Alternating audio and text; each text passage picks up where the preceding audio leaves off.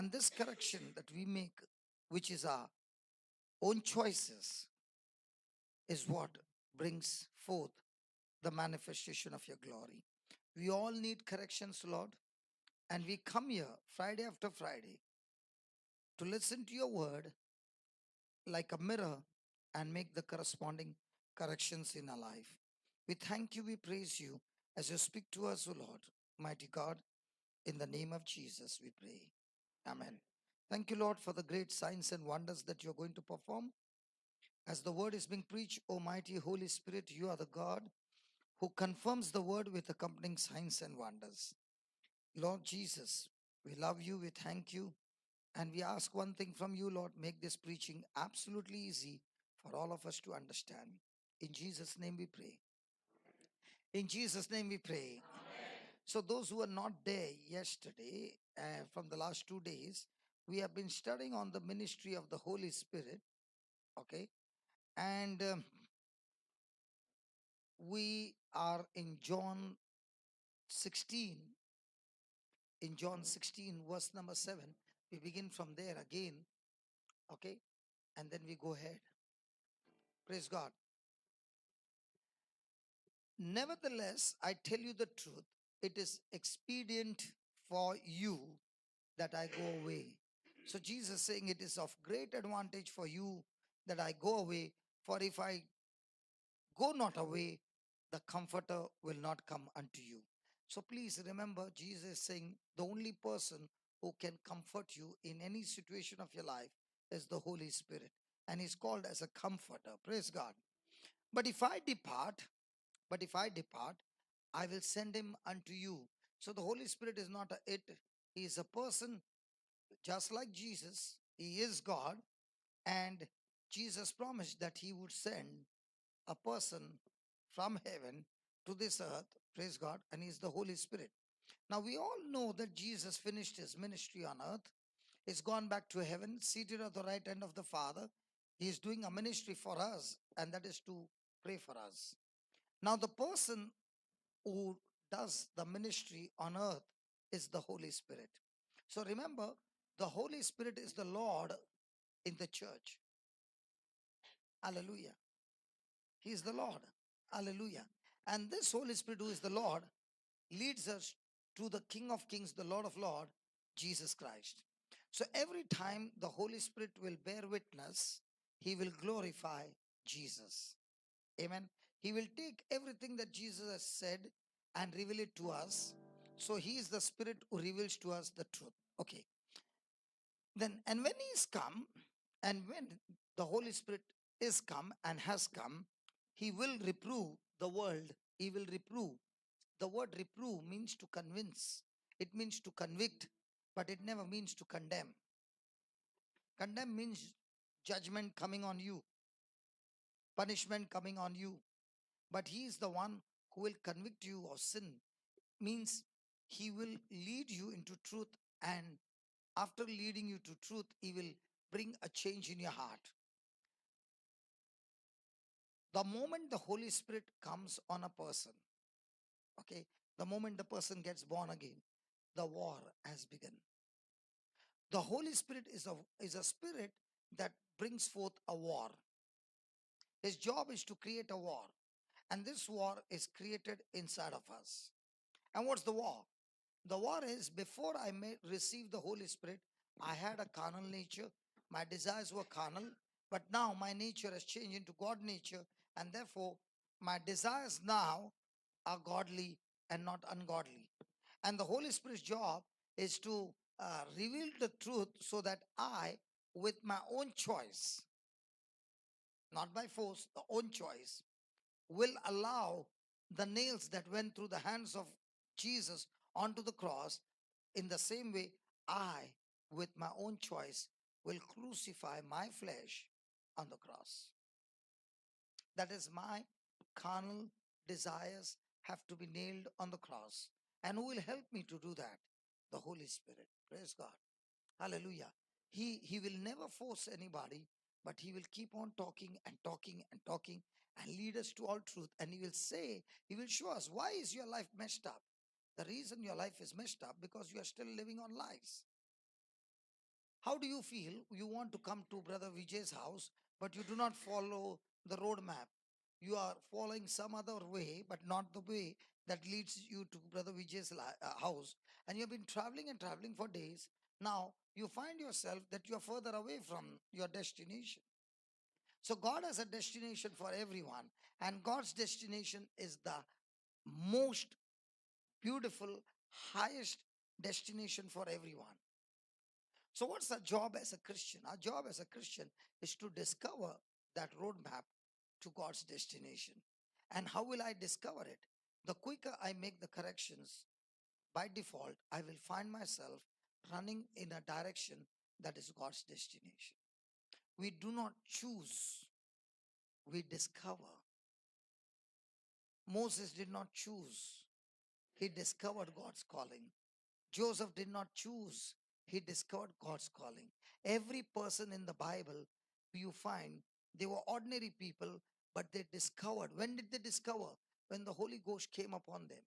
In the Old Testament, the Holy Ghost would come upon them, but in the New Testament, Holy Ghost doesn't come upon us, he comes into us. Why the difference? Because in the whole Old Covenant, our spirit was corrupted, our spirit was of a nature of sin. But in the new covenant, because Jesus paid the price for our sins, praise God, his blood cleanses us from all sins, and therefore the sin nature is nailed on the cross, and now we get Jesus nature in us. Let me just give you 2 Corinthians 5:21, please.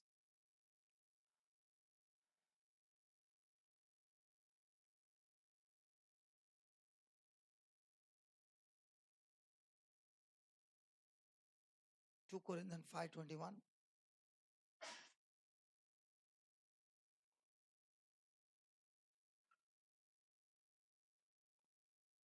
For God has made, for he is the Father, has made him, Jesus, to be sin, not sins. Sin. Sin is the nature. It's empowerment to fail, empowerment to be cursed, empowered to be a rebel, empowered to do things opposite to what God says. Now, where did we get that from? We got it from Adam when Adam sinned. So everyone had sin nature when we were born from our mother's womb. But the day we received Jesus as our Lord God and Savior, got baptized, now we were born again. The sin nature got destroyed and a new nature was put in us, and that nature is righteousness. That's why he says, for he made him to be sin for us who knew no sin, that we might be made. I'm not righteous by my works, but I'm surely righteous by the works of Jesus for me. Hallelujah. And this change takes place by believing. This change takes place by believing. Now, I want you to understand that God has done everything for man except one thing, and that is believing. The reason is that God gave man the freedom of choice. So, whether to believe or not is the freedom of choice. Praise God. So, in other words, from God, everything has been made, it has been finished on the cross, and for the works that Jesus did, the inheritance has to be received. So, for everything that Jesus obeyed, he is supposed to be blessed. And all that he has been blessed, God wants to give it to his people as an inheritance. But there's one thing that Jesus could not do, and that is he could not destroy unbelief. Why he could not destroy unbelief? Because that is the freedom of choice that man has. Even in the Garden of Eden, Adam had the freedom of choice, and he chose to have unbelief when God said, you will surely die if you eat this fruit. Adam made a choice, no, I will not die, because Satan said, I will not die. So please understand, you don't sweat in the kingdom of God to receive anything from God, because everything has been provided. But that provision that is there for me, It is not in the physical form, it is in the word form, just like when you deposit your liquid cash in the account or by check, you get a slip saying you got so much amount in the bank. You have only the figure. But looking at the figure, what the balance shows, you can go and do your purchases because you have much more than your purchase. How do you know it is there?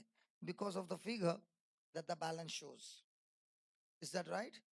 In the same way, what you have as your inheritance is the statement coming from heaven for you, which is the Bible. And once you have seen that statement, your choice is either I believe the statement, the bank statement, in the same way, heaven statement for your inheritance. And when you believe, all that is given to you in a word form begins to manifest in the physical realm. So the real challenge is not to fight Satan, but the real challenge is you have to fight yourself. God did not send the Holy Spirit to us to fight Satan. To fight Satan, he sent his son Jesus. So please don't waste your time fighting Satan, because Satan has already been defeated. You don't fight a defeated enemy. Hallelujah. You fight, the enemy has been defeated, but the enemy still works with his lies. That's the only power that Satan has. Satan has only one power: deception. He used the same deception in the Garden of Eden, and he uses every day. And the Spirit of truth, when he comes, he will reveal to us all truth. So when sin was destroyed and we are made the righteousness of God, now the Holy Spirit does not come on us, he comes inside us and lives in us forever. Wow. Thank you, Jesus. And with what power does he come? He comes with the same power that Jesus operated on this planet Earth. Praise God. Hallelujah. Thank you, Jesus. Thank you, Jesus. Thank you, Jesus. Hallelujah. Thank you, Jesus. Hallelujah. Hallelujah. Hallelujah. So now that you know that you have been made righteous, the Holy Spirit comes and dwells inside us. So now that he's dwelling inside us, he will just put that again, Baba, go back.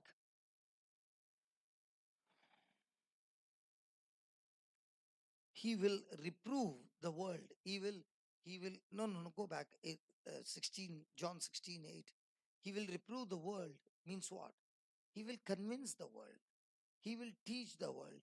He will reveal the truth to the world. And what will he do? Of sin. So the Holy Spirit comes to show you the sin. Two, and of righteousness and of judgment. So what is that sin? Verse number 9. Verse number 9. What is sin? Of sin, because, see, what we call sin is an action. You did something wrong. That is sin.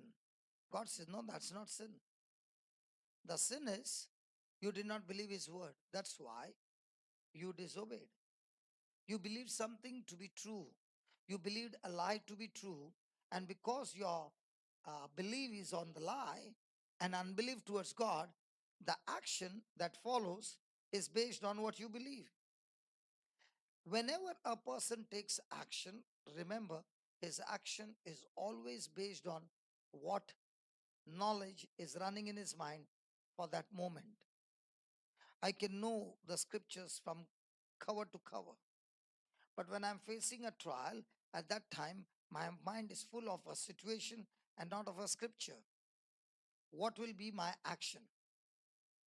My action will be based on the pressure that the situation has put in.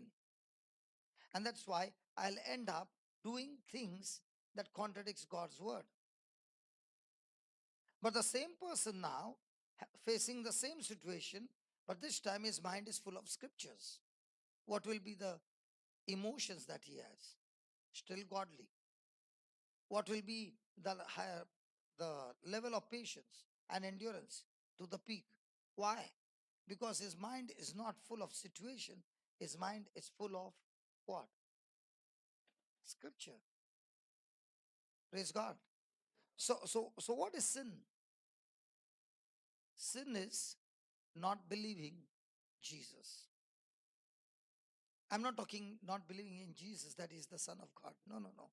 Not believing in Jesus that he died for you. No, no, no, no.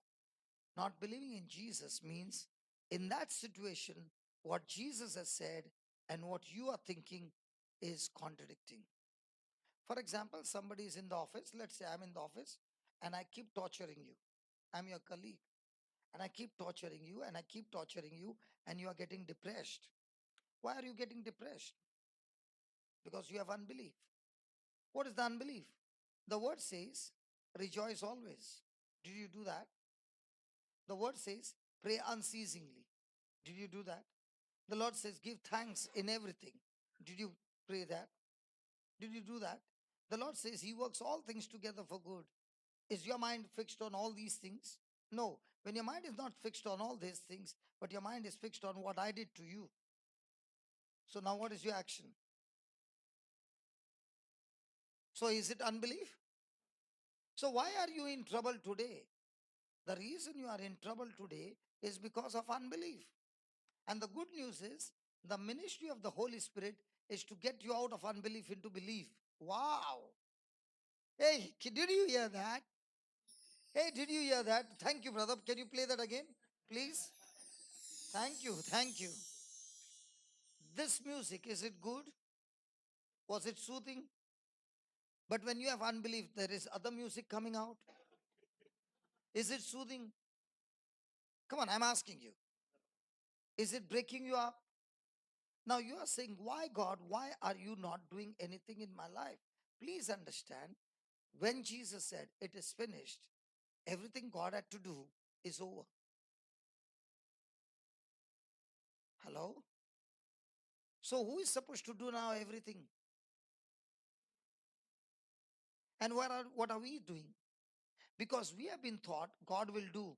And nowhere in the Bible, in the New Testament, God is saying, I will do you. He says, I have given you the promise. How does it look? You needed some money and somebody said, okay, I will transfer 10,000 dirhams and you needed 5. Now that person transferred it into your account and now you are still calling him and saying, can you please help me, give me 5,000 dirhams? And he's saying, hey, listen, I transferred it into your account. But you're still crying and saying, can you please help me, brother? Isn't that foolishness? And then because you're crying, he says, okay, come with me, and takes you to the bank and says, give me a card. What's the PIN number? He puts that 5,000 and puts the PIN number. And the money comes out. Now you say, hey, thank you for helping me. Shut up. I did not help you now. I helped you the day I put the money in your account. It was you, it did not operate on the system. Let's say you got the money and everything in your account. Can you withdraw the money if you don't know the PIN number? But the money is yours. Can somebody withdraw from their account? So when a person comes to the preacher and says, can you please help me? Listen, it's your account. You need to operate. The preacher can show you the PIN number which you have forgotten or which you are ignorant of. Hallelujah. Thank you, Jesus. Ask your neighbor, have you forgotten the PIN number? And if you have forgotten, you are in the right place. Hello? If you have forgotten, you are in the right place. Hallelujah. 33 years of my life, I did not know Jesus. Yes, I was baptized. Yes, I'm born Christian. Yes, I'm a Catholic. Yes, I received communion. Yes, I received confirmation. Yes, I got married in the church. Everything is right.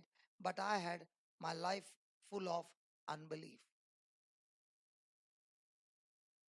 How do you know you had a life of unbelief? My lifestyle shows what I believe.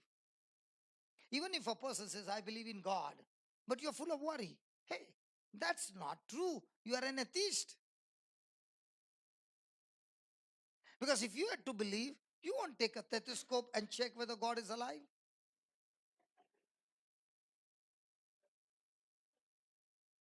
The very reason you are worried, I'm telling because my brother Vijay showed God is sick and somebody's putting a stethoscope and checking. Praise God. I don't know from where he gets all these videos. Hallelujah. Thank you, Jesus. Thank you, Jesus. So what will the Holy Spirit do? Reprove me, convince me, convict me of sin. And what is that sin? They believe not on me. So what's your sin? The action or the belief and the unbelief? So what's your most of the time, what are we trying to do? Change our action. You can change your action with your willpower, but the desire is still there. You're still on the wrong side. But if you change your unbelief into belief, and who gives you the truth? The Spirit of truth, the Holy Spirit. And when He reveals you the truth, He not only reveals you the truth, He waits for you to make a decision. And when you make that decision, He backs you up with His power. So on one side, He reveals to you the truth. Then He says, you have the freedom of choice. You want to make the correction or not, that's yours. But if you make the correction, I give you my ability on your ability to finish it forever. So do we have God's ability in us? Yes. Are we able to use it? Yes. When? When I believe. If I have unbelief, I can quote the scriptures 100 times, 1,000 times, and still get nothing. Because the whole system in the kingdom of God operates through believing. Hallelujah. Hallelujah. And the only thing that can put a stop to all our inheritance is the spirit of unbelief. Amen. Amen. So, thank you, brother. Of righteousness, because I go to my Father and you see me no more. Of judgment, because the prince of this world is judged. I have yet many things to say unto you, but you cannot bear them now. However, when he, when he, the Spirit of truth is come, he will guide you into all truth. Now you can tell the Holy Spirit, Lord, you are the Spirit of truth and you are supposed to guide me into all truth. I do not know what is this situation going on and I don't know the truth. I'm ignorant, Lord. Please reveal to me the truth so that I can come out of my unbelief into belief. I do not want to first take an action. Now listen, many a times, prayer can be extremely dangerous. Now, last night we had a situation, that brother who had a problem in his legs, he came for the second time. Was he praying all those 7 months or 8 months? Yes. What was he praying? Lord, I am so sure you will heal me. Now, when he said, Lord, I'm so sure you will heal me, was that faith? In other words, he's saying, Lord, I'm sick. That's why you heal me. Another lady was there and she was saying this prayer, heal me, O Lord, and I shall be healed. Save me, O Lord, and I shall be saved. So the ball is in God's court. So God is irresponsible. He did not heal me. But God is saying that's the biggest lie. I finished it on the cross. But it is there in the scripture. It is there in the scripture before Jesus coming.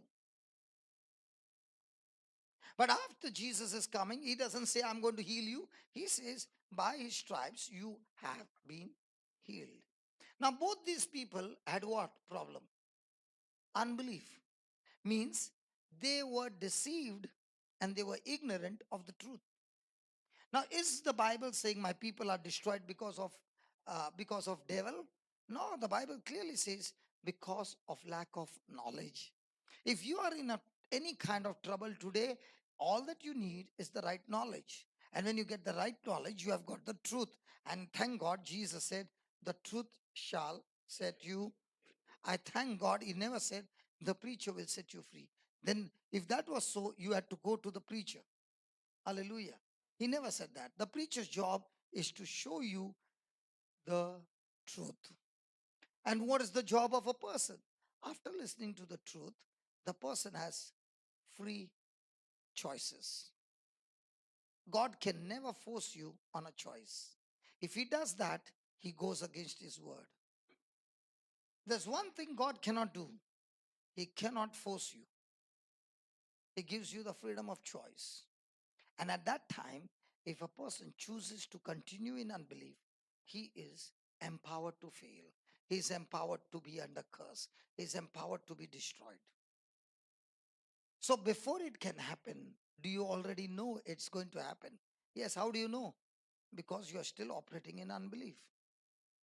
It's a matter of time. It's just like a person planted a mango seed and the tree is growing, the fruits have not come, and you're saying nothing's happening.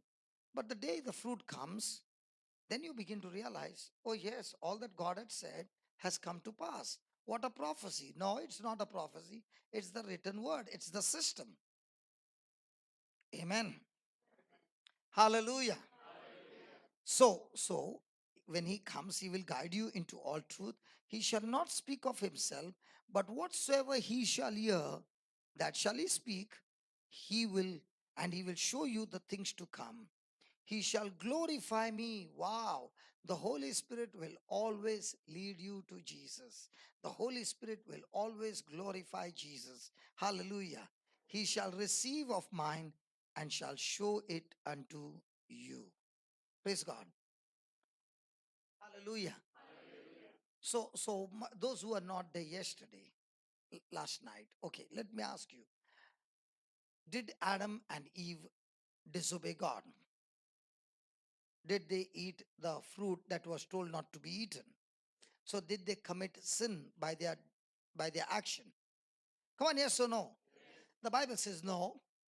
They did not commit sin by their action. They committed sin by their unbelief. Ah, oh my God. That means their action did not matter. Yeah, the action did not matter. The root is what matters. If I have unbelief, the very unbelief that I have will lead me to the action disobedience. I'm not disobeying because of my action. I'm disobeying because of the root that deceived me by saying that what I was believing was true. Now, in our life, which one do we focus more on? The root or the fruit? And where do we try to change? Fruit. Just imagine you got a mango tree from Goa. Yes. Now mangoes are plenty in Goa. So you removed all the mangoes and said next year, uh, let's say this was every mango is a sin example. And you removed all the mangoes and said, I don't want any more of this sin anymore. Next year, in season. So how many years we are like that? So what is it important? That you cut off the tree. And what is that tree? The tree is a tree of unbelief. Who will help you to cut it out? The Spirit of truth. So am I supposed to focus on the fruit or the root? And how will I know the root is wrong? That's why he has given us three witnesses. The first witness is Jesus said, I am the way, I am the truth. He said, I am the truth. In John's gospel, he said, the word is the truth. And now he called the Spirit of God the Spirit of truth. So there are three witnesses: Jesus, the Word of God, and the Holy Spirit. Now, when these three are together, you always have the truth. And if you don't take these three together, you can be deceived. Hallelujah. And did he say the truth sets you free? So does Jesus set you free? Is the Word setting you free? Is the Holy Spirit setting you free? So on whom should you rely on? Three, all the three. Amen. Amen. So let's go to Hebrews chapter 3, verse 12.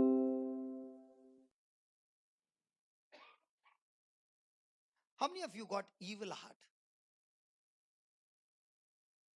Hello, how many of you got an evil heart?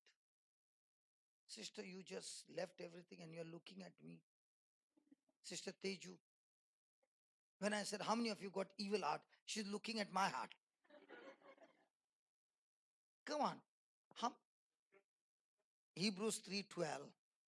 Hebrews 3:12. Now let's see what is an evil heart. What is an evil heart? How true the scriptures are. The last shall be first. This, this is how the prophecies are fulfilled. Hallelujah. Thank you, Jesus. Jesus' words never fail. Amen. Okay. Okay, let's begin. Take heed, brethren, lest there be any of you, let there be in any of you, what? So, which is a heart, which is pure heart and an evil heart? A heart with unbelief is evil heart. Why is it an evil heart? Because unbelief is demonic. It will lead you into all kinds of actions of the devil's kingdom. So, what's the battle every day? The battle is not between doing good or doing bad. The battle is between belief and unbelief. I can come here to my brother's upper room ministry and put all the chairs and everything and give everybody gali. Because the chair I put it in order and somebody came and shook it. Possible? Come on. My actions can be right, but the motive for what I'm doing can be wrong. Now, people look at the action, God looks at the heart. So there might be a person who is genuine, doing everything from his heart, but is not successful. And people keep on saying, what, man? Okay. Now, he gets all the galis, but his heart is right. In the eyes of God, has he got qualified? Yes. In the eyes of people, was he a big failure? So which one are you all the time looking at? People saying, Shabash, well done, or God saying, Shabash, well done? Really? Come on. Come on, really? Now, when I was whistling, Dhanyavad Ishula, somebody will say that's rowdyism. But I was whistling, reminding myself all that God had done in my life. That's why my eyes were closed. And I was taking each one and whistling. Now, in somebody's eyes, that was very bad. But in God's eyes, he said, good. Hello. That's why I kept my eyes closed. I was not even singing on the mic because I know I would go off tune and the best singers would have a problem. So I kept the mic down, but I was praising God, reminding myself with the video on in my eyes and the audio coming out with whistling. Now, for somebody, that's wrong. How can he do that in the presence of God? I don't know about you, but the Bible says that the Israelites blew their trumpet in the presence of God. I've got my musical instrument. If he has got his electric guitar, so what? And if he's got that, tring, can you do that? If he got that, praise God, I've got mine. Hallelujah. Now, did Brother Vijay tell him anything when he did that? Do again.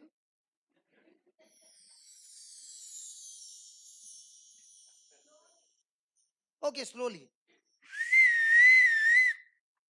Slowly.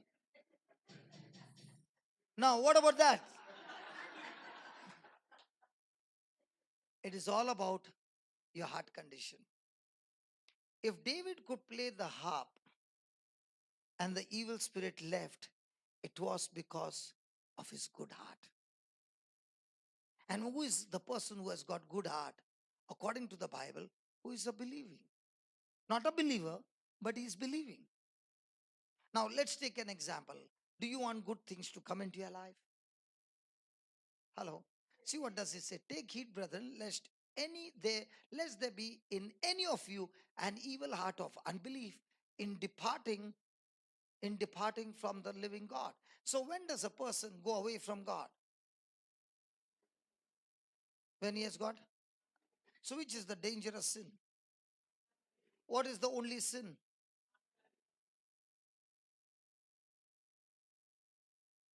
So every day our challenge is what? Do a scanning, quick scanning. Am I on the believing side or am I on the unbelieving side? So is it possible a person is sitting in the church for 5 hours praying, praying, praying, but full of worry? Now, is he with the Lord or is God departed from the presence of God? A person is in the worst situation, all stormy night and big trials and big things are happening, but his mind is fixed on the Lord's word. Now, is he in the presence of God? So, does the place matter or your mind matters? Where do we mostly have focus on? I can sit on the throne and still be in the presence of God. I can be under a shower and still be under the presence of God. For me, the place doesn't matter. For me, what matters is where is my mind full of? What is my mind full of? I'm talking about me. I'm not talking about you, okay? Hello. If you ask me, where do you get the best teachings? Under a shower. Where do you solve your problems? Under a shower. Because that's the only place where I don't have to use a mobile. There's no mobile, there's no call, and nobody around in a shower. You are all alone with the Holy Spirit, and sometimes you can have a long shower. Hallelujah. And when you are in a shower, you're talking to the Lord and saying, Lord, I'm seeking you. Can you tell me what this is, what it is? And he gives you the solution. Just like the computer, you want a file, you put search.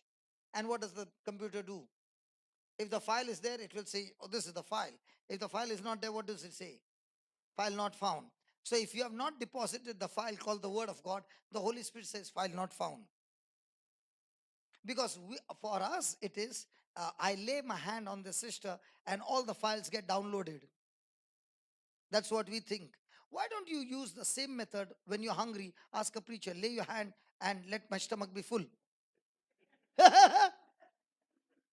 That we don't do because we know it doesn't get downloaded.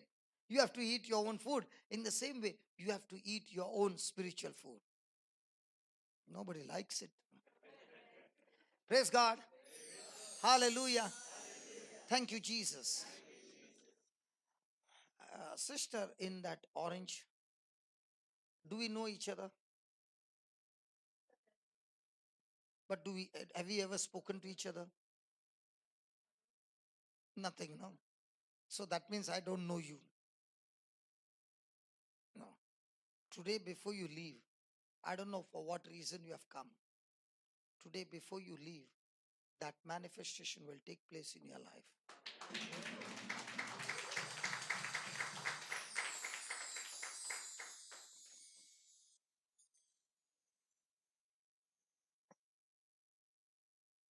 Praise God.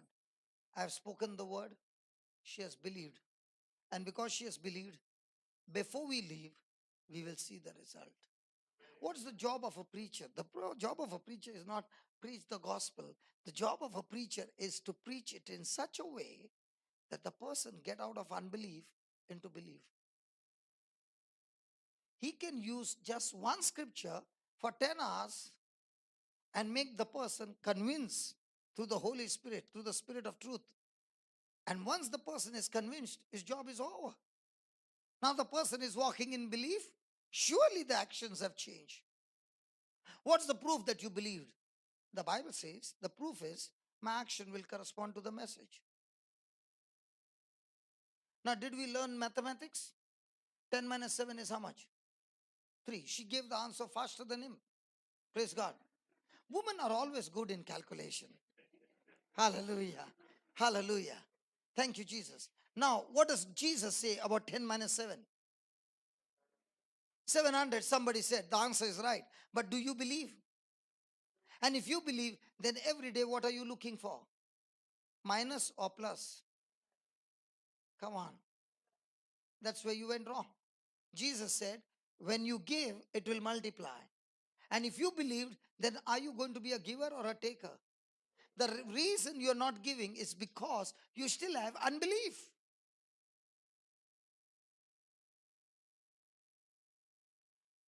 How do I know you have unbelief? Because I cannot see that in action.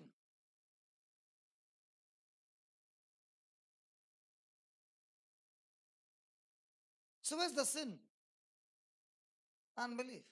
Why are things not manifesting? The things are not manifesting because what you are doing is reason what you believe and which is not according to the word of God, and therefore your life is still messed up. Now when I met you, your husband, there were so many issues. I never prayed. I only gave the word. Your husband began to listen to the word day and night. Right? Now, did he make the corrections? Yes. Now, did everything change? Definitely. So, how do I know change will take place? My job is to go on beating and beating and beating and beating with the truth. And that truth will bash up the unbelief. Once the unbelief is gone, the person problem is solved.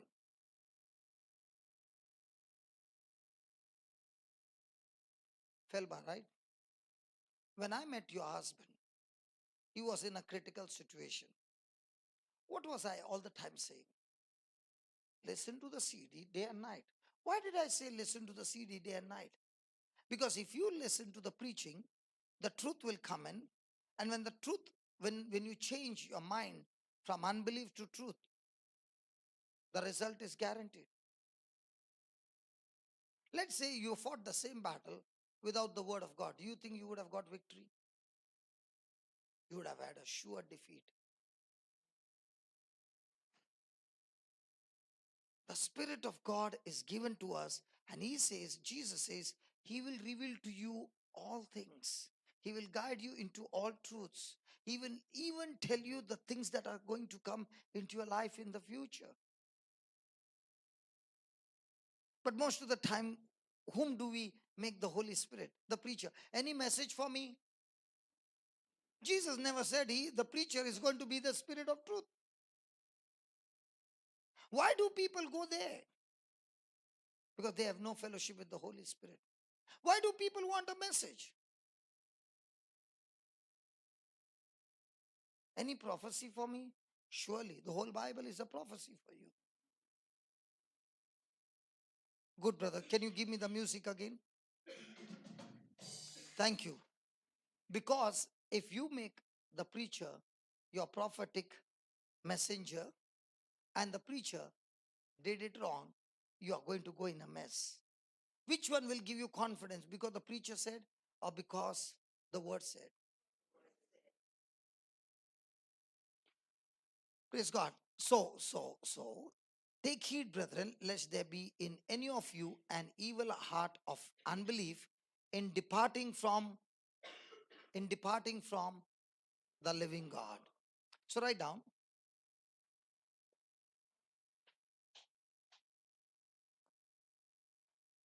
Not writing. You are smart. An unbelieving heart, an unbelieving heart is what causes us. An unbelieving heart is what causes us to depart from God.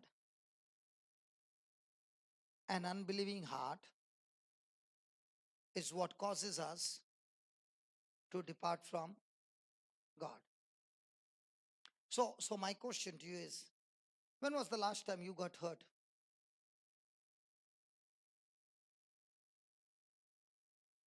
Maybe 2-3 days back because of something that happened.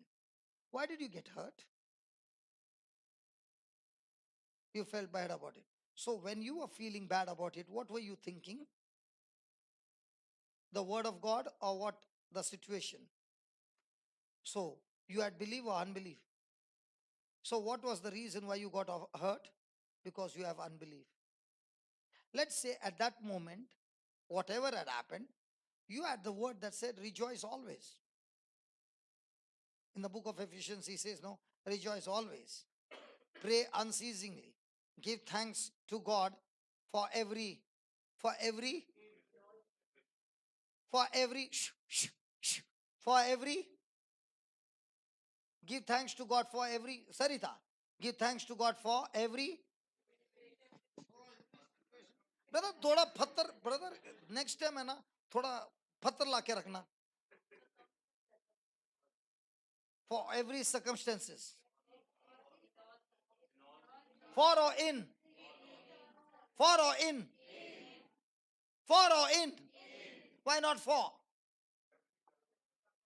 Because not everything came from God. How can you give thanks to God for cancer? Because cancer never came from God. If cancer had to come from God, Jesus would have had one.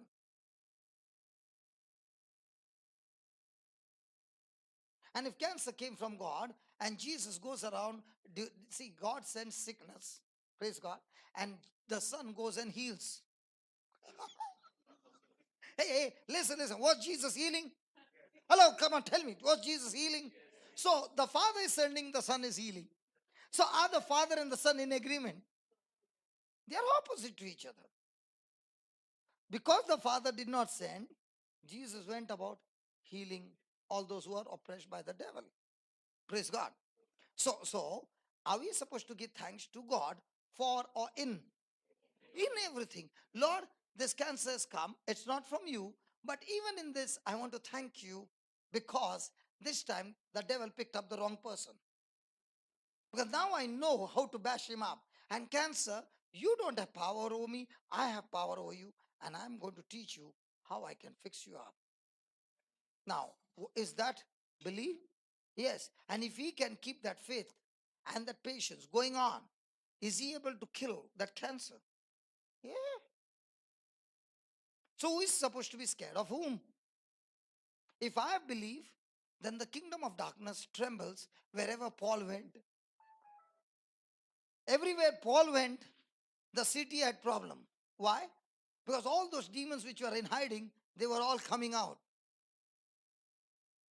See, if a preacher comes and preaches and nothing is happening, Satan has no problem. He says, go on preaching. No problem. Because that preaching is not making anybody's life change.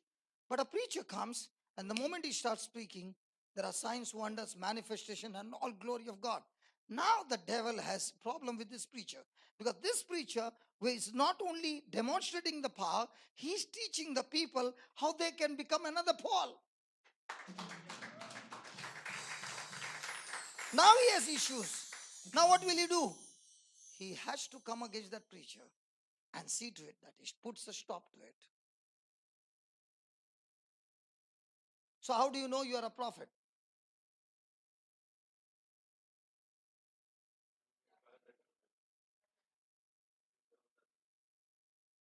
Not necessary. Matthew chapter 5, verse 9 and 10. 9 and 10 or 10 and 11? 10 and 11? Okay. Brother Richard says 10 and 11. 10 and 11 de do bhai. 50-50.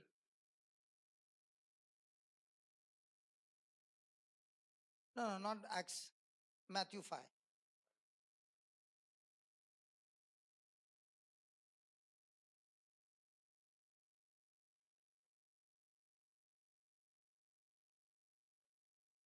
Blessed are they which are persecuted for righteousness' sake, for theirs is the kingdom of heaven. Then 11. Blessed are you when people shall and persecute you and shall say all manner of, only the men, not the woman. Because we men always have that habit. Look at the woman, they never.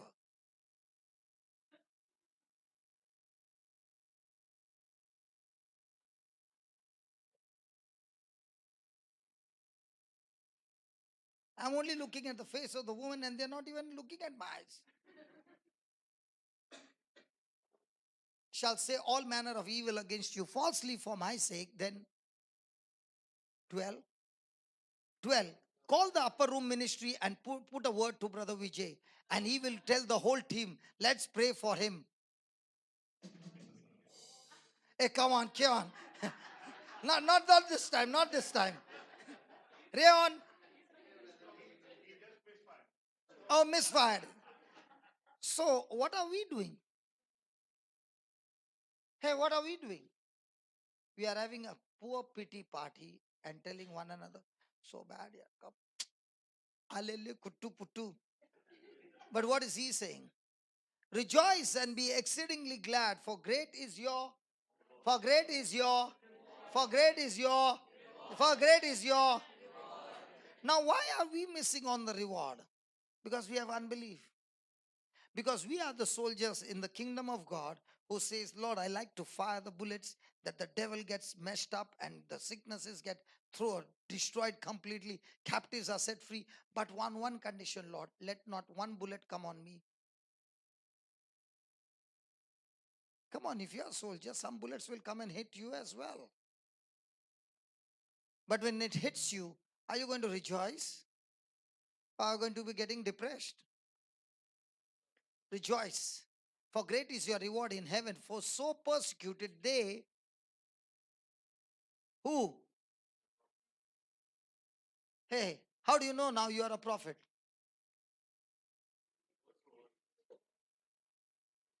The very persecution that is coming against you is a signal from heaven saying, the devil has taken notice of you. You are a threat to his kingdom.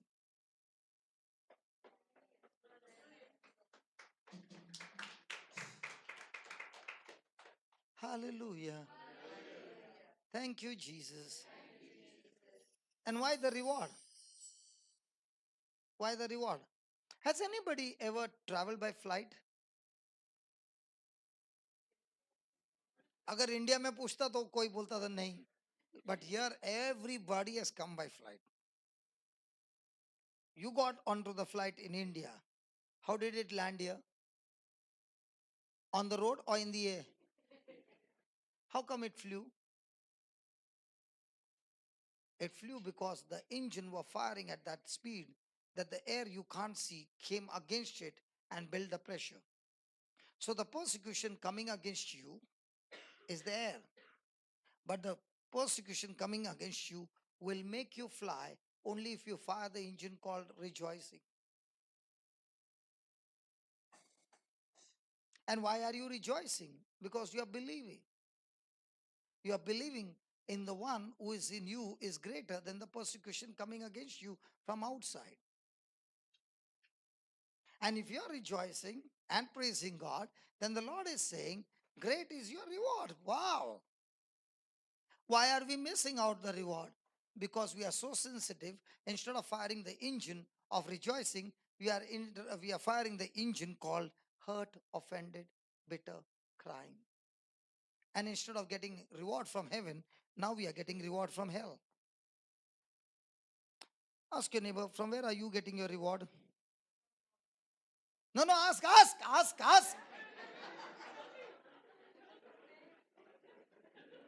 Ask your neighbor. How come you got those dark things under your eyes? Hallelujah. All those who are sleepy, say hallelujah.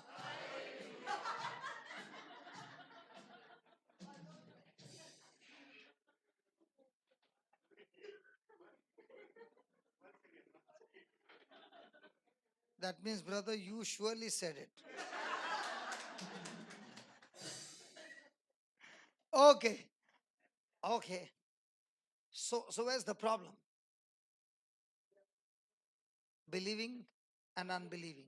And what is the Spirit of truth going to do? Lead you and guide you and show you all truth. How will he do that? To the preaching of the gospel, to the study of the word. So the more and more time you spend and invest your time in the word, the Spirit of truth will show you the truth. And once you have got the truth, keep holding on to the truth. Continue believing. That believing is what is going to make you fly high. Hallelujah. Now you're soaring with the Lord high like an eagle. Ask your neighbor, are my wings troubling you? Because I've got a big wingspan. You see, I've got a big wingspan. How come you still look like a sparrow? Hallelujah. Are we created to be an eagle?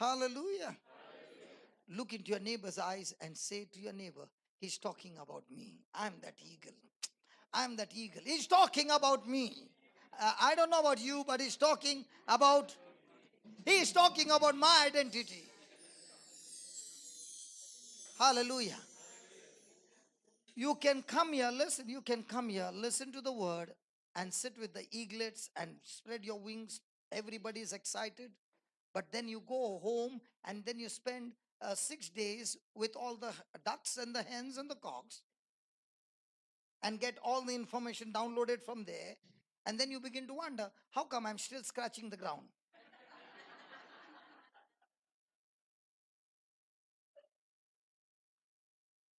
The reason you're scratching the ground is because you still got unbelief.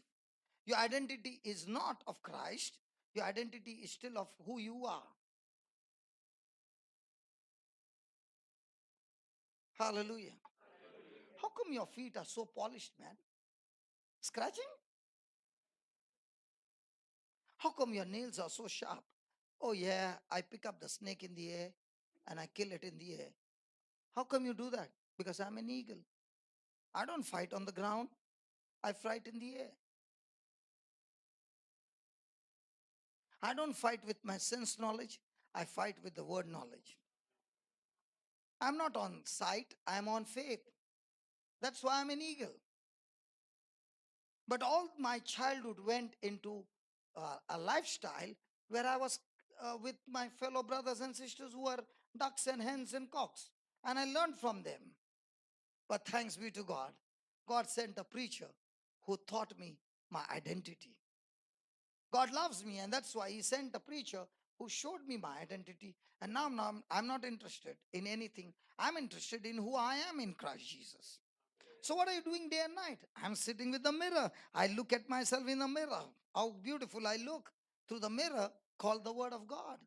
And whatever the mirror shows me, I make a quick adjustment and a quick response and a quick correction to what the mirror shows me. And the more and more I began to believe in that mirror called the Word of God, hey, I've already started hunting.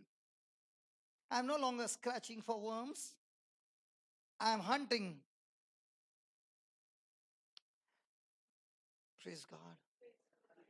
Look into your neighbor's eyes and say, hi, eagle.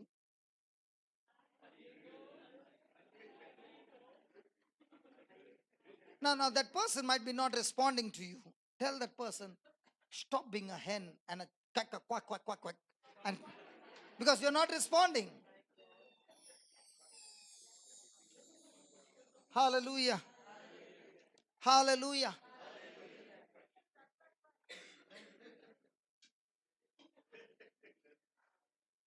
Hallelujah. So, what did you write? An unbelieving heart is what causes us to depart from God. Our actions are not the problems. Our actions are not the problem.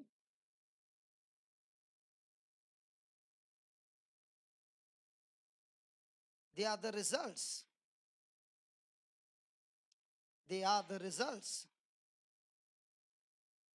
and the symptoms of an evil heart. They are the results and the symptoms of an evil heart.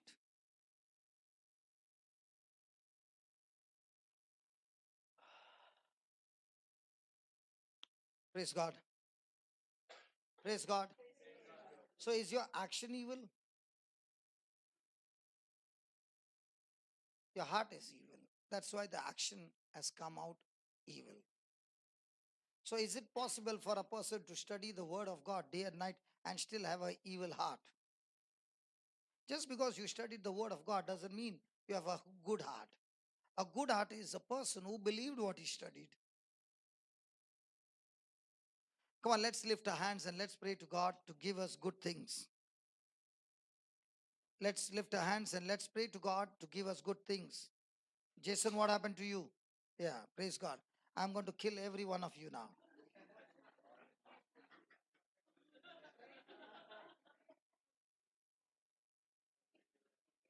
How can you be such foolish?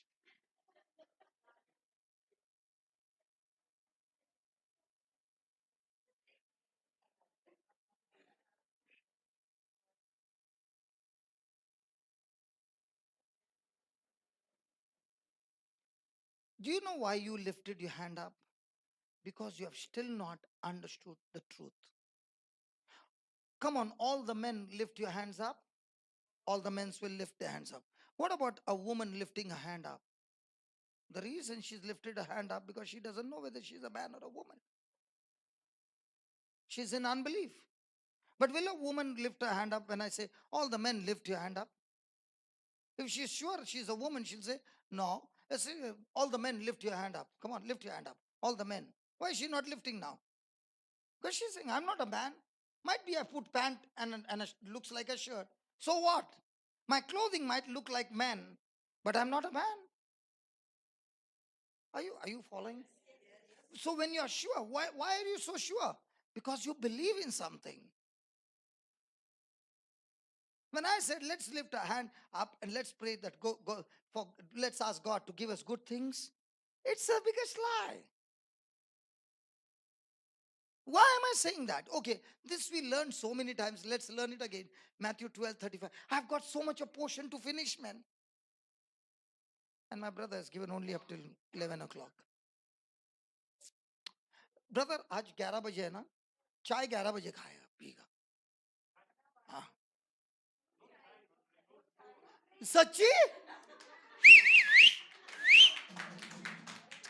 Praise God, brother. Brother, you are so good. Sorry, sister, sorry. Lekin, sister, sorry. Hallelujah. Where are you going now? लग गया ना? Main gate बंद है ना, brother? Hallelujah. Okay. Give me Matthew 12:35, please. My God, Jesus. The scripture has to be grafted in so much, My God. Hallelujah. A good man out of the good treasure of the heart. So the good treasure of the heart is belief or unbelief. Now, do you get that? Which is an evil heart? So you can have a big title in the church, but you have unbelief. Does your title qualify you to have a good heart? What qualifies you? Your heart condition, not your title. Hello? Please remember, not your title. Your identity might be in Christ Jesus. You are a Christian, you are born again. Everything is right. You are a preacher, you are this, you are that. But when you have unbelief, the Lord calls that heart evil heart. A good man out of the good treasure of the heart brings forth. So shall we pray to God to give us good things? He says that's not the system. The system says when you believe what I told you, that believing will bring forth what? But if you are full of hurt, you are full of bitterness, you are full of this thing and that thing and that thing and that thing. Now the Lord says, hey, your heart is stinking, man. And because your heart is stinking, an evil man out of the evil treasure brings forth what? Now, did he say your good prayer will bring forth good things? Your prayer doesn't qualify. Your heart conditions qualify. Just because you prayed for 10 hours doesn't mean you'll get good things. But if you make the correction and become a doer of the word by believing God's word, hey, you are unbeatable, man. You are undefeated. You walk in victory. You see God's glory every day. So what are you more focused on? How much you pray or how much you believe? And for how much you believe, you spend time with the Holy Ghost. And the Holy Ghost leads you to the word and gives you the revelation from the word. And now you're all excited. Why? Because you know your heart is believing. And when your heart is believing, you know and you know and you know the reward is great. So do you need to be a beggar or a believer? Wow. Thank you, Jesus. So is the Holy Spirit going to teach you that your actions are wrong? No, He's going to take you straight to the Word. The Holy Spirit wants you all the time going into the Word, the Word, the Word, the Word. And what people say, the more Word, I think is changed from Catholic to a Pentecostal or Protestant or that. The very mark that you're a born again Christian is that you're loaded with the Word. Because the food of the born again spirit is the Word. Hallelujah. Thank you, Jesus. Okay, let's go to 1 John 2:2.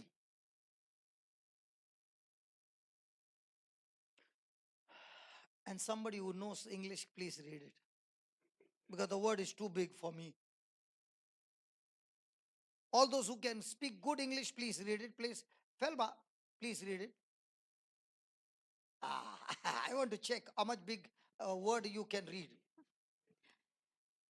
And he is the propitiation. Say that again. Propitiation. No, and he is. And he is the propitiation. Oh, thank God I did not say. Yeah, then. For our sins. Now I can read. And not only for us. Hey, listen. I know I will speak wrong. Okay. So can you see this preacher is with so much of weakness, but in spite of that weakness, he understands what the word says and believes what the word says. I still have manifestation of God's glory.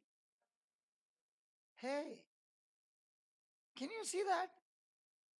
So your weakness in the world will say, we can't place you in the job. But in the Lord's kingdom, he says, you are weak, good, I can fill you up. God is not looking for smart people. He's looking for people who are available for him. He's looking for committed people. He's looking for people who are serious about their business. Peter nearly lost his ministry because after Jesus was raised from the dead, and Jesus is, do you know Jesus is the first born again? Jesus is the first born again, praise God. And when God raised him from the dead, he came and met his disciples. Thomas doubted, but then he also believed, and everybody believed and everything. But after a few days, what did Peter say? I'm going fishing. Was he right? He could justify, I got a family, man. And not only a family, my mother-in-law also is staying with me. I can understand wife and children, but mother-in-law also staying with me. You remember? Jesus healed his mother-in-law. So he had his mother-in-law also with him. So was he justifying that he has to look after his family? Come on. But what did Jesus tell him? Peter, do you love me? He said, yeah, Lord, I love you. What did Jesus say? Feed my lambs means what? Get back into ministry. But what about his family? The world says roti, kapda, or makan. And Jesus says, you seek my kingdom, my righteousness, roti, kapda और मकान और उसके अंदर जो कुछ भी मांगता है सब तुमको मुफ्त में दिया जाएगा. क्या बात कर रहा है? Some of them will be saying this main word you spoke in Hindi. Okay, let me say, like my brother Rayon will say, brother, what? This main thing you spoke in Hindi. The world says roti, kapda or makan means food, clothing and shelter. Do they say in Sri Lanka? Food means kama. Huh? Ahara. No, they don't have a dialogue. Roti, kapda or makan. In your Singali, how do they say? Food, Food clothing means, and shelter. yeah, food means kama. Camel. Kama. Ahara. Ah. Ahara. And And ahara means ahara and andum. Andum means the and nivana. Ocha, it means shelter. Shelter, yeah. Okay. And clothing? Clothing andum. Andum. Adum. Yeah. Kama andum nivana. Okay. Now, what is Jesus saying? All of us seated here, all of you are seated here. You all came to Dubai because you like the desert, you like the warm climate, and that's why you all came here. I understand that. Praise God. Doesn't matter. But what did Jesus say? Seek you first the kingdom of your spouse. If the spouse is happy, the wife is happy. If the husband's frequency goes this way, the wife frequency goes dus. Children's frequency has gone wrong. How? But the Lord says, listen, you focus on the kingdom, you focus on the system, you focus on the righteousness, everything I take responsibility to set things right in your life. So do we do the Lord's way or do we, that was not Keon, that was not Rian. I'm sure that music did not come from a person who knows to play. And that's what happens when you are seeking something else. The instruments are the same, but it makes noise.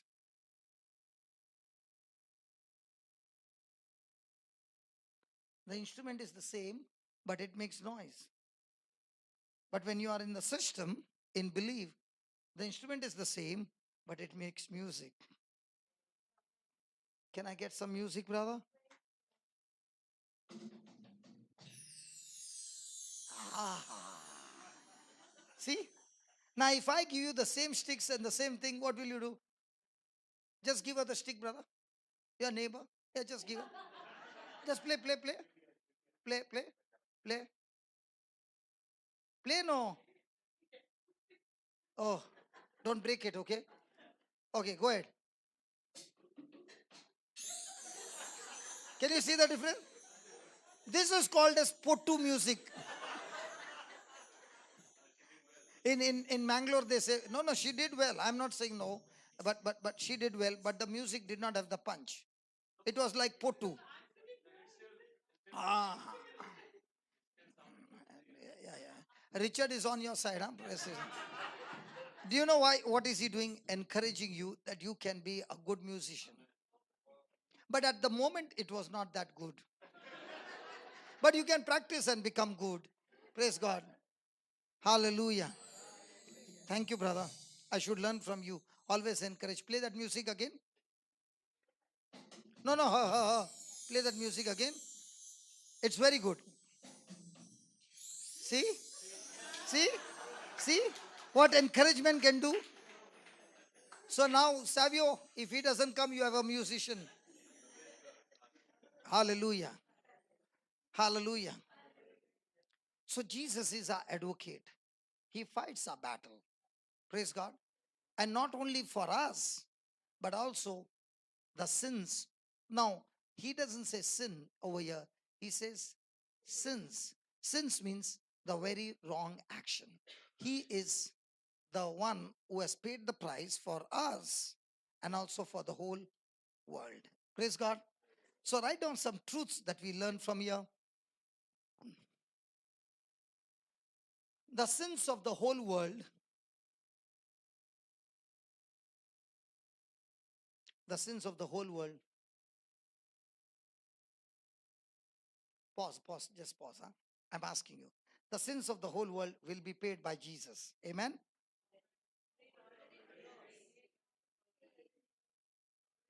Already paid or will be paid? What about your past? Hey, what about your past? So if it is already paid, you need any inner healing now? Why do you need inner healing? Because you have still unbelief.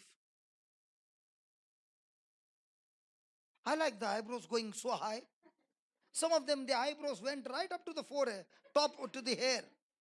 I do not know where the eyebrows are. Because in your mind, I still need inner healing. And God says, the moment you believe that my son has paid the sins of your past, present, and future, everything has been paid, not only for you, for the whole world. What about the person who troubled you? What about your ancestor curse? So as Jesus said, it is finished, it is finished. But in your mind, it is finished. In your heart, it is finished. You still need inner healing, man. And if you need inner healing, man, you go and meet every counselor, every preacher in town and still go around and say, I need inner healing. There comes a time when you are now rich and still saying, I need inner healing, man. When does a person get healed? Now, last night we saw some of them getting healed. When did the person get healed? The person got healed and then said, I'm healed, or the person believed that that person has been healed. Now, when he believed, was he on belief what the word said? So, when he said what the word said, did the Holy Spirit do the finishing touch?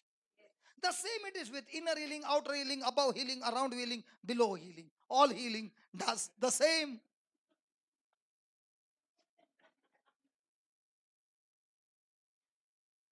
Thank you, Jesus.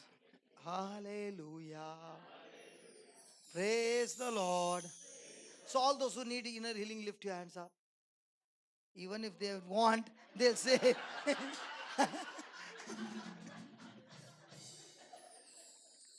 okay, I guarantee you, listen, listen, listen. Let's say you got XYZ, that you are always failing in a particular area, XYZ, okay? Talk to yourself and say, Lord, I thank you that you are the strength of my life and I'm completely delivered from this area. Say 100 times and let's meet up next month and you will be amazed. You will be saying, hey brother, I got totally delivered.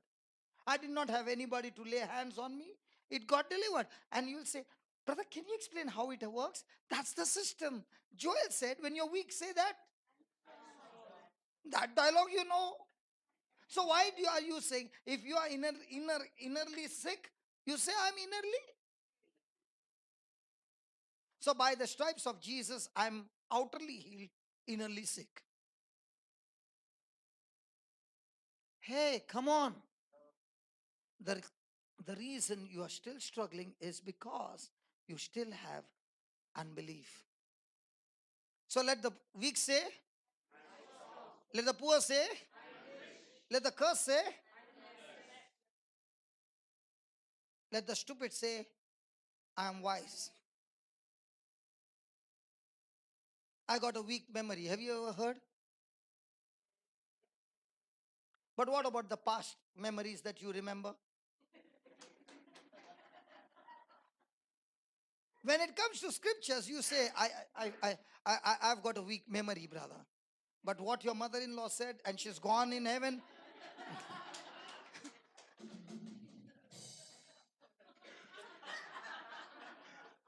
Hallelujah. I feel like I'm in Africa, man. When the preacher speaks in Africa, the musicians will play some music. Hallelujah. Praise God. Is that clear? So are you spiritually healed? Mentally healed? Come on, healing is a whole package. Let the weak say, let the weak say, let the weak say, and then somebody asks you, how are you?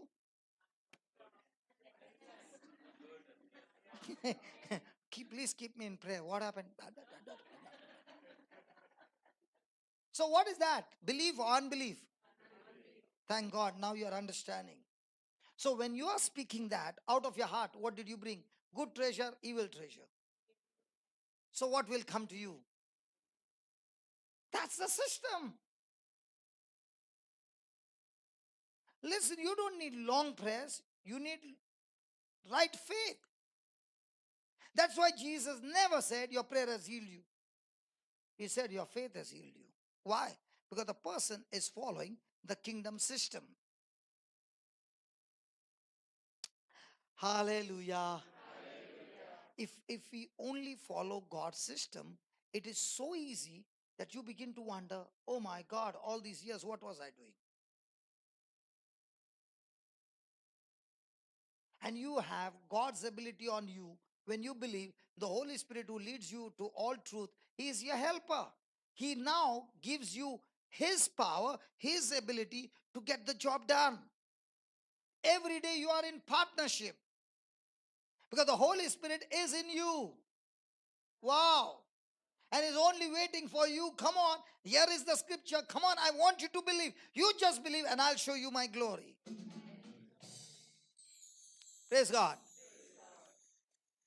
So the sins of the whole world has already been paid for. Jesus was the peace offering. Jesus was the peace offering. We already wrote that. The sins of the whole world has already been paid for. has already been paid for. Jesus was the peace offering. Jesus was the peace offering. People do not go to hell. Not writing?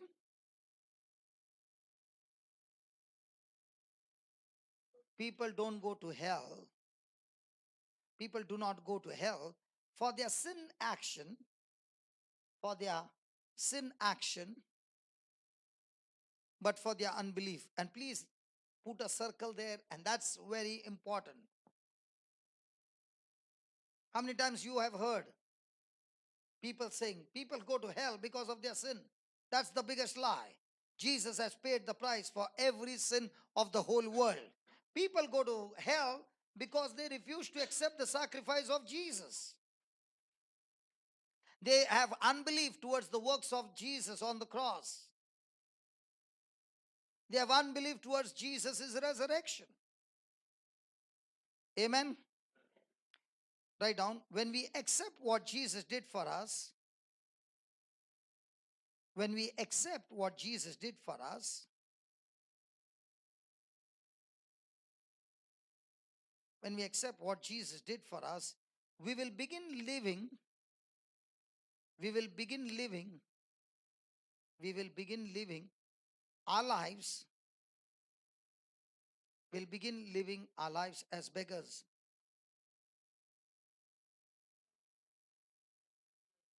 Good, good, good. There are some who understood. I hope nobody wrote beggars as believers. So are you going to get things from God by begging or by believing? So are we supposed to beg for the promises of God or inherit the promises of God? But our prayers are all of what? So how does a person inherit the promises of God? Speaking to God is word back to him, believing. So let's put it this way. Is this word alive and active? Full of power? Energetic? Effective? Operative? This is the written word. As long as you have got a written word and you go around the city, all around, it is not yet activated. But the moment you open your mouth and you speak back to God, His word, now that word that you spoke out of your mouth becomes the, the spoken word. And when it gets spoken out of your mouth, you have released your faith. Now the angels get onto the job and bring forth your salvation. Is it in the system? Yes, it's in the system. Where is it? In Psalms 103 verse 20. So are we going to live our lives as believers or beggars? Okay, give me 103:20, please. How do angels work? Yeah. Psalms 103:20.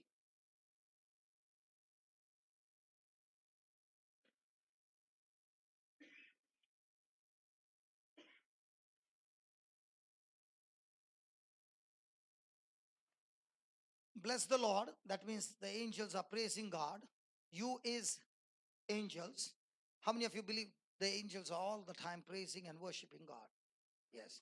Second, they excel in strength. They are mighty in strength. Do you believe that? Third, that do his commandments. They submit to God's commandment, hearkening unto the voice of his word. Now, this Bible says voice of his word. I think the RSV or the New American says obedient to his spoken word. You got that? Yeah, just read that.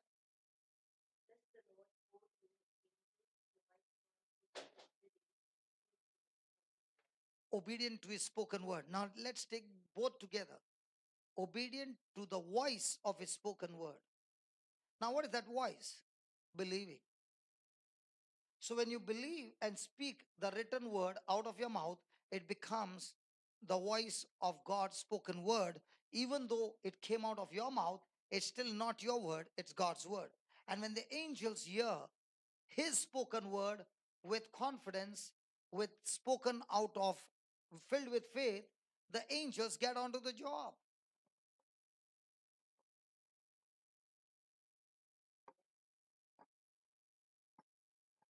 Now, let's join these two scriptures together. Hebrews 1:14.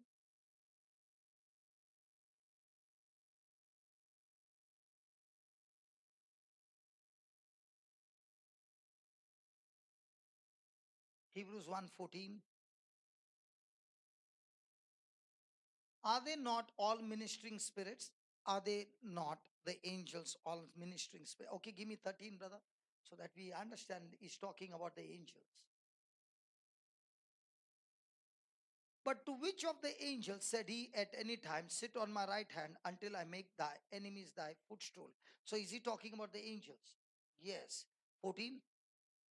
Are they not all angels ministering spirits? Ministering means they have a service. They work like servants. Okay. Sent forth to minister. Minister is again to serve. For them, who shall be? Who shall be? So angels are supposed to bring forth our inheritance. Inheritance of what? Salvation. And what is the salvation? Healing, deliverance, preservation, prosperity, protection, eternal life, the whole package. Nothing broken, nothing missing in your life. That package, the angels are supposed to go forth and bring forth our inheritance. And when will they do that? When we give the voice of a spoken word. So, what are you doing? You are first planting the word in your heart now, and you are believing. Now, has it become a good heart or an evil heart? Good heart. Now, when that same word in your heart comes to your mouth, just as your food gets saliva, in the same way, the word is mixed with your faith. And now you speak it with confidence. The word goes with force into the spiritual realm, activates, and comes back with manifestation. That's how the system works. Hello, that's how the system works. Now, the good heart, which is doing this job, the devil knows that this cannot be stopped. So, what does he do? He deceives you by bringing somebody who is ignorant to hurt you. And when you got hurt, the reason you got hurt is now you are operating in faith in one area, but you got unbelief in the other area. He has short circuited your system, and now that becomes a block for you to receive your harvest. That's why Jesus gave us only one commandment. And what's the commandment? Love. So when you are operating in God kind of love, you are not focused on yourself. You are focused on the kingdom, on the Lord, the Lord's kingdom, and others. You are never looking at your own benefits. That's love. The moment a person is looking at his own benefits, he has short-circuited the system. And when you're not looking at your own benefits, you know what? You get beyond your benefits, beyond your imagination. Because agape love destroys the kingdom of darkness in no time. So when God blesses you, he blesses you to be a blessing. Our prayers are wrong because all the time we say, God bless me. No, he never blessed Abraham. He blessed Abraham to be a blessing. But our attitude is, Lord, you bless me. No. Lord, I'm your distributor. Send some distribution items to me, and I prove to you, I will distribute it wisely to those who are in need. And when God looks at the distributor is good, he increases. And when he increases, he says, so much percentage is yours, the others are for the kingdom. But what do we do? When the blessing comes, everything is for me. Praise the Lord. Thank you, Jesus. So are you going to live as believers or beggars? Thank you, Jesus. So write down. So then faith comes by, complete the following. Hearing and hearing. Somebody said it loudly. Hearing and hearing the word of God. Oh, praise God. Hearing and hearing by the word of God. Romans 10:17.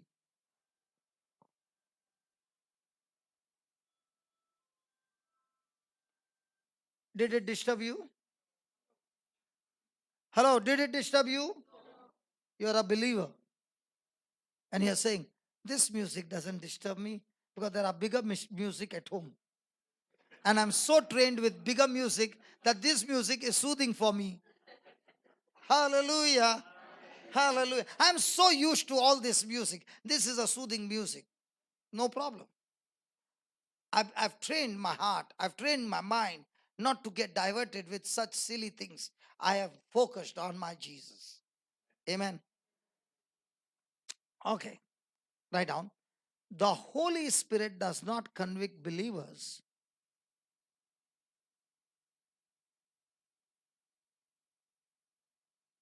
The Holy Spirit does not convict believers that they are going to hell.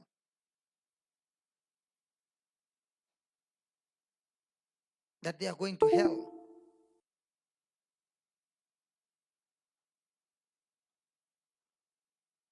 They are not going to hell because they are not going to hell because they do good works. Stop it! They are not going to hell because they are doing good works. They are, brother, दो चार पत्थर रखो इधर. They are not going to hell because they do good works. Because they believe. Good. सब लिखते हैं बराबर.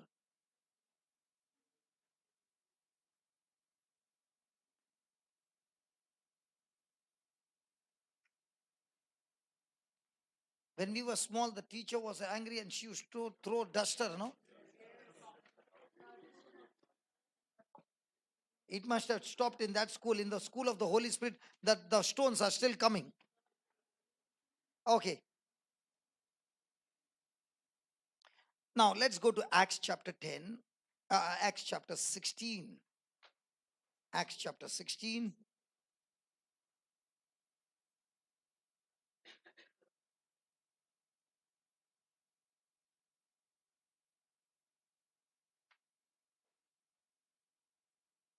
'25. Belief and unbelief. A. Belief and unbelief. Praise God. 16:25. And at midnight, Paul and Silas prayed and sang praises unto God. And the prisoners, and the prisoners. Now, can Paul sing praises when he's about to be put to death? Can Paul sing praises for the good work that he did of casting out demons?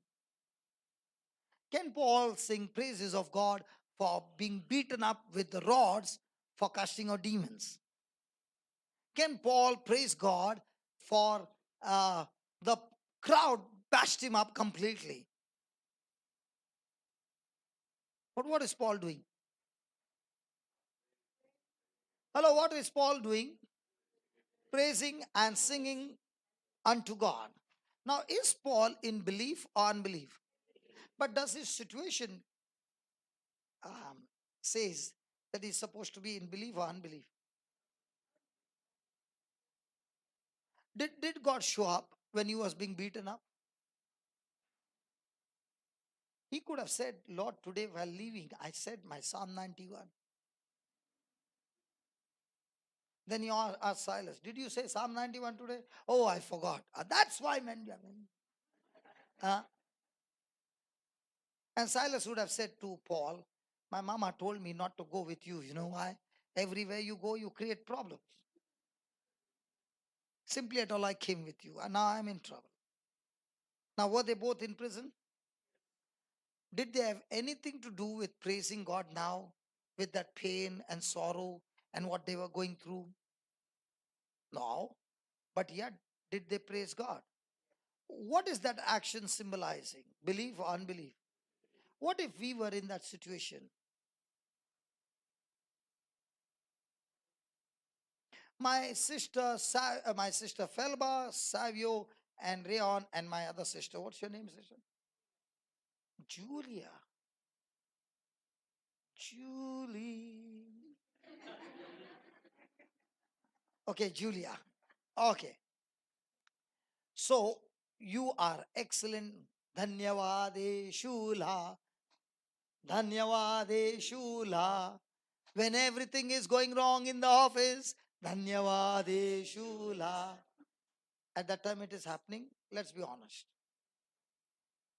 Because at that time, the situations are screaming so loud that all my emotions are caught up with unbelief. What we sing now has to be sung in the midst of situation, not when we come to church. The real praise and worship is not when you are in church. The real challenge of praise and worship is when you are going through terrible time and you can't even sing, but you have the recording and you're plugging into your ears and blasting it in your ears. And when you're blasting in your ears, every unbelief that is torturing you just leaves you. It just melts in the presence of God. Hallelujah. Okay. And suddenly there was a great earthquake. Say that, suddenly. When you are walking in belief, there is always going to be a sudden breakthrough. When you are walking in unbelief, there is also going to be a sudden disaster. So your breakthrough or a disaster does not depend on God or the devil. It's depending on your heart condition. And suddenly there was a great earthquake, so that the foundation of the prison was shaken, and immediately all the doors were opened, and everyone's bands were loosed. And the keeper, that's the jailer of the prison, awaking out of his sleep and seeing the prison doors open, he drew out his sword and would have killed himself. Why is he killing himself? Because when the prisoners flee, escape, he who is responsible will be tortured to death. So death is certain for him. So instead of going through the torture, he's deciding to finish himself by putting the sword into his body.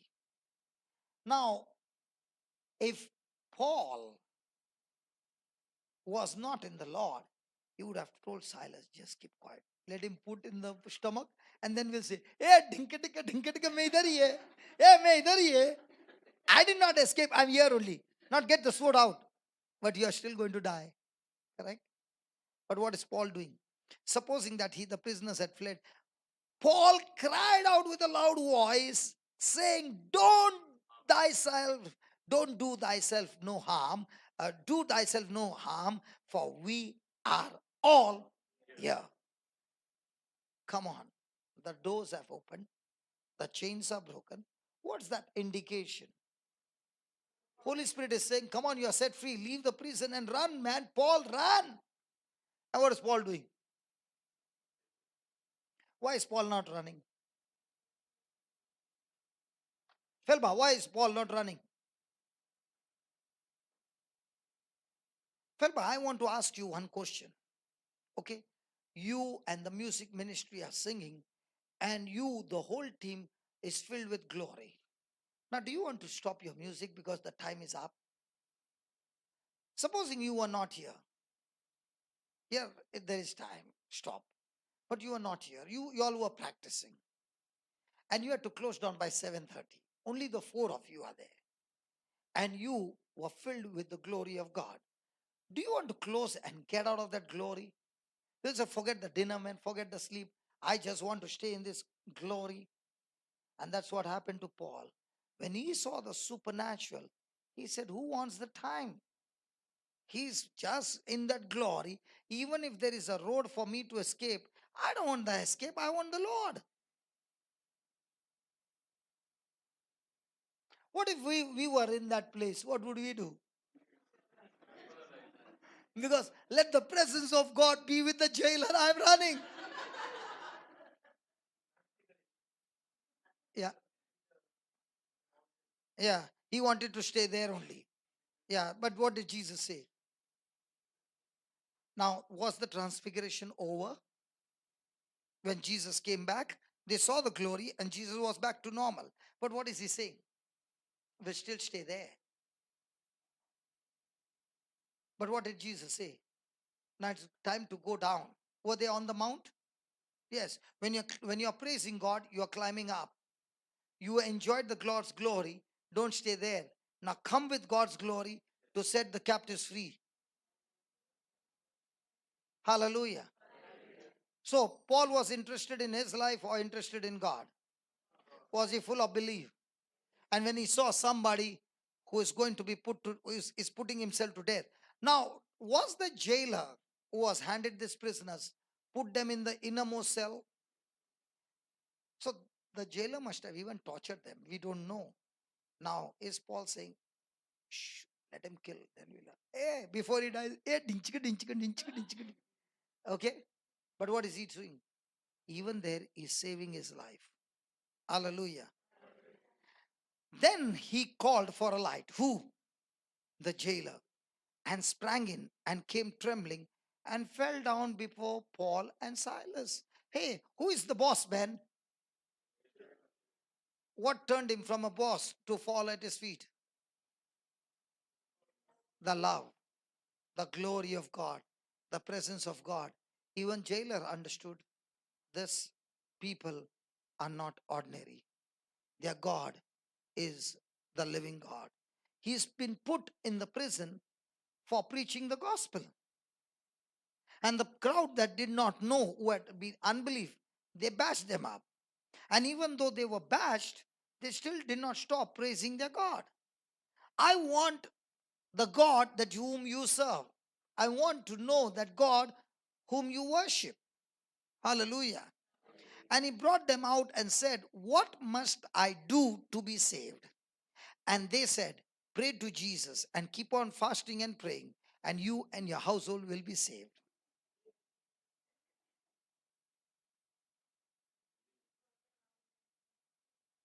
Hey, what did he say?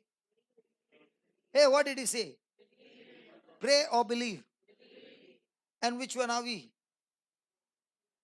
When anybody is in problem, what's the first thing you say? Pray. The very thing you are in trouble is because of your unbelief. You can pray in your unbelief and get more frustrated because now it's not happening. And there will be so many who are so angry with God and saying, I don't want to come to church anymore because he never answered my prayer. Hey, listen, he doesn't need to answer your prayer. He needs you only to believe. The belief is the connection on. Here is an AC. Where's the AC? Here's the AC. And the switch is there. And you are angry because the AC did not work. The AC did not work because you did not put on the switch. I'm not coming to Brother Vijay's house anymore. Why? The AC did not work there. And I was feeling so hot. Okay, if you were feeling so hot, the switch is there, put it on. Whose job is to put the switch on? The manufacturer? I'm asking you. So whose job is to put the switch on of the belief? The creator? Ask your neighbor, is your switch on or off?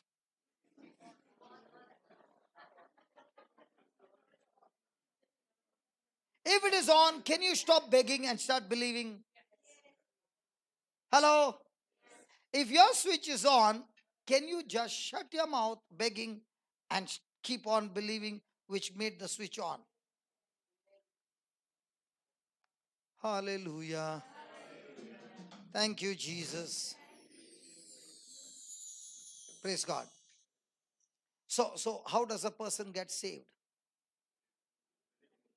Believing or praying? Now you will say that every time you're talking about praying, praying, praying, that means I should not pray. Well, listen, your prayer is your communication with God, and your communication with God should be believing. And what is that believing? The scriptures. The white book is not a prayer book. It is a book of believing. And when you believe and you fire those bullets, those bullets activates the spiritual world and brings forth the harvest. But before it can bring the harvest, you must pass the test of love.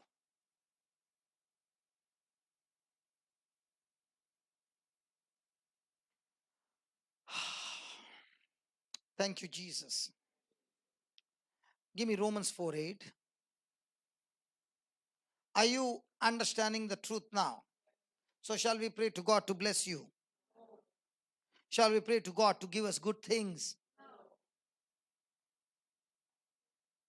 Shall we go home now? Good. One song. Why you people are getting so much in the song? You know what happened to me? I searched the whole Bible and I did not find anywhere Jesus saying, Thomas, have you brought your guitar? Peter, have you got the drum set? John, what about the trumpet? Yeah. Now do some praise and worship, then I come to preach the word of God. Jesus had no music ministry.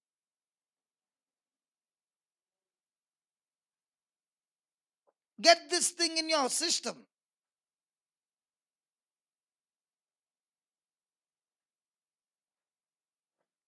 The musicians are saying he's getting us slowly out of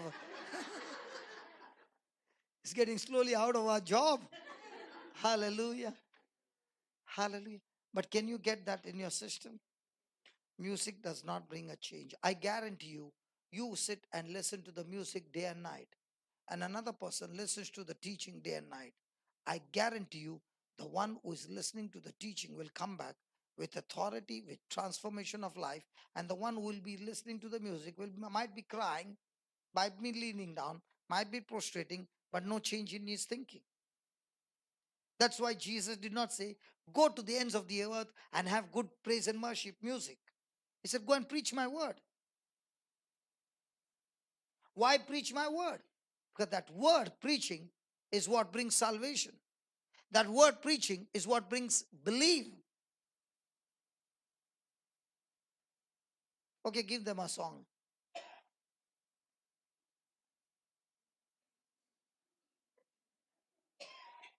Who was that who wanted a song? Nobody wants to put their hand up. Give them a song, please. How many of you want a song? Even if they want, they will say, no, we don't. Okay, let's have a song. Come on. Praise God. Can you stand, please?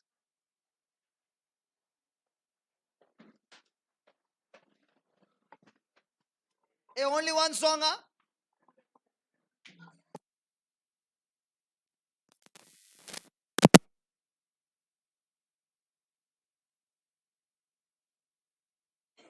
Praise God. Sit down.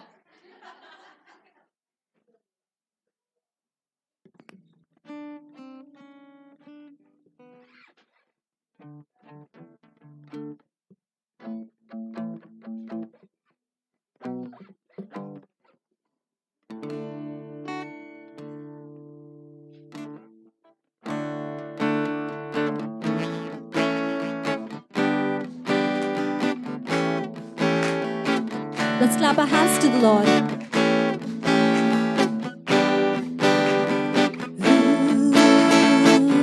Tell the world about the beautiful faces. Tell the world about the happy smile. Tell the world about the hills and mountains. Tell the world about the brand new style. Cha-da, cha-cha-cha-cha-cha-da, cha-da. Cha-cha-cha-cha-cha-da, cha-da. Cha-cha-cha-cha-cha-da, cha-da. Cha-cha-cha-cha-cha-da. Tell the world about the beautiful faces.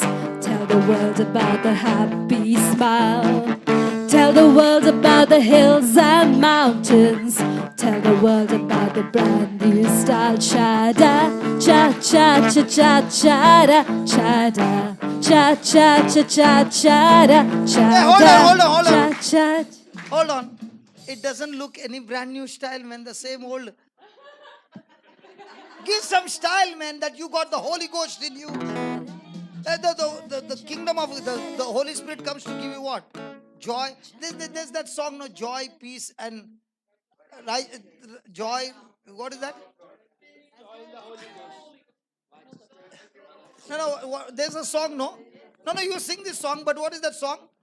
Righteousness, peace, and joy in the Holy Ghost. So if any person needs joy and has joy, are we who believe in Jesus. But I don't see any joy because you are all about your dignity, man. What will she say about me? Come on. Come on. Beautiful faces. Righteousness, peace, and joy in the Holy Ghost. What? Righteousness, peace, and joy in the Holy Ghost. Joy in the Holy Ghost. Righteousness, peace, and joy in the Holy Ghost. Oh yeah. Righteousness, peace, and joy in the Holy Ghost. Righteousness, peace, and joy in the Holy Ghost. That's the kingdom of God. Woo! Righteousness, peace, and joy in the Holy Ghost. Righteousness, peace, and joy in the Holy Ghost. Righteousness, peace, and joy in the Holy Ghost. That's the kingdom of God. Won't you know to be a part of the kingdom? Don't you want to be a part of the kingdom? Don't you want to be a part of the kingdom? Come on everybody. Don't you want to be a part of the kingdom? Don't you want to be a part of the kingdom? Don't you want to be a part of the kingdom? Come on everybody. Righteousness, peace, and joy in the Holy Ghost. Righteousness, peace, and joy in the Holy Ghost. That's the kingdom of God. One more. What do you think the jailer said? What must I do? Because he saw in Paul righteousness, peace, and joy in the Holy Ghost. And that's why he must have thought, this man had the freedom to run and he's still praising his God. What kind of joy is that? Hey, tell me, what must I do now to get that joy? Hey, what must I do now to get that peace? That even in the prison, you're full of peace. Even when you had a chance to run, you're not running. I don't understand. What is that you got? I got Jesus, who gives me righteousness, peace, and joy in the Holy Ghost. Come on, let's sing it again.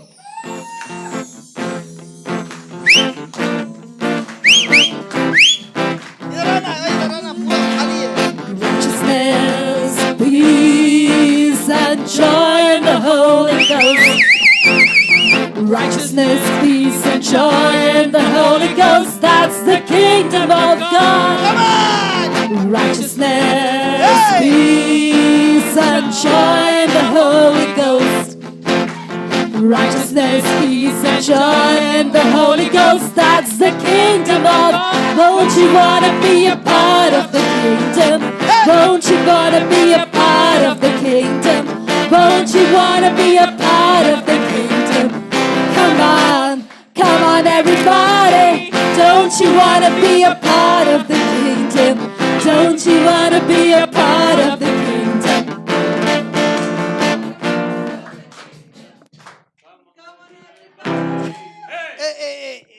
In the world, do they dance and they have all the enjoyment? Yes. But they drink wine and alcohol and drugs and then they do all that. Right? When the whole thing comes down, they find back is paining, this is paining, and that is paining. That's how the world enjoys. But we get drunk in the Holy Ghost. Hey, we get drunk. Hey, we get drunk in the Holy Ghost. And when you are swinging your back, which is in pain, after the dance, you are finding, hey, the pain is gone. My back got healed. Hey, my stomach got healed. Hey, because the joy of the Lord is. The joy of the Lord is my strength. The joy of the Lord Is my strength. Come on, righteousness.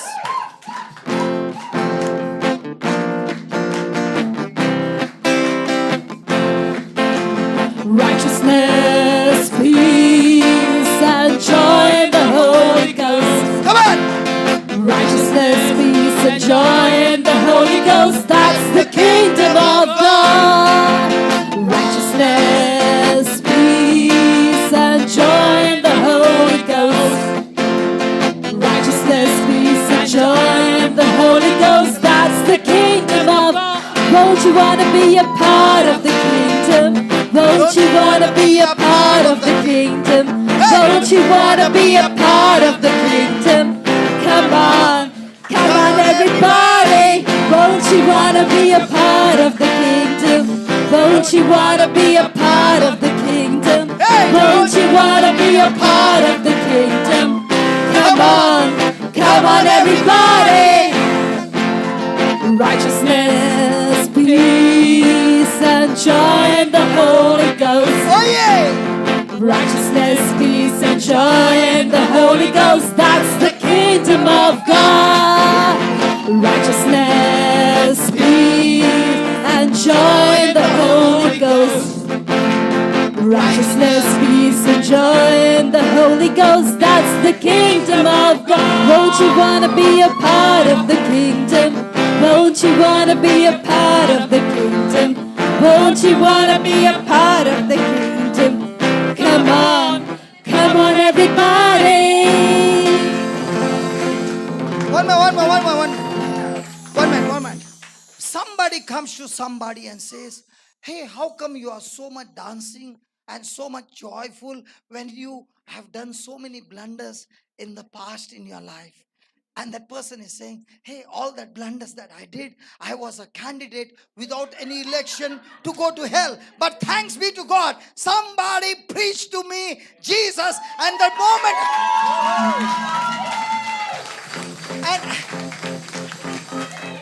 and the moment I believed, do you know why I'm dancing? Because I knew I was going to hell. But from the time I came to know what Jesus did for me, I know I'm going to heaven. Hey, righteousness, peace, and joy. Come on. No. Righteousness, peace, and joy. Come on. The same one. Come on. Why are you so joyful?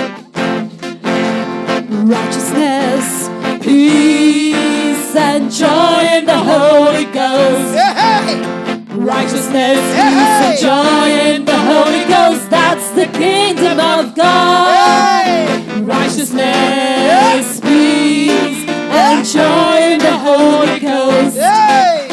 Righteousness, peace, and joy in the Holy Ghost. That's the kingdom of God. Why are you so joyful, brother? Because once upon a time, when I was born from my mother's womb, I was born a sinner. But the moment I received Jesus, I got born again, and He gave me His right. He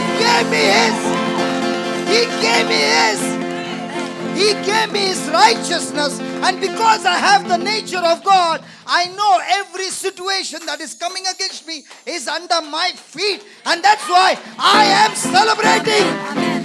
Come on, righteousness, peace, and joy.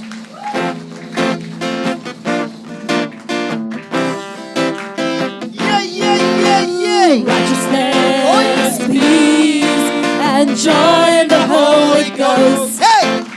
Righteousness, peace, and joy in the Holy Ghost. That's the kingdom of God. Righteousness, peace, and joy in the Holy Ghost. Hey! Righteousness, peace, and joy in the Holy Ghost. That's the kingdom of God. Won't you want to be a part of the kingdom? Don't you want to be a part of the kingdom? Don't you want to be a part of the kingdom? Come on everybody.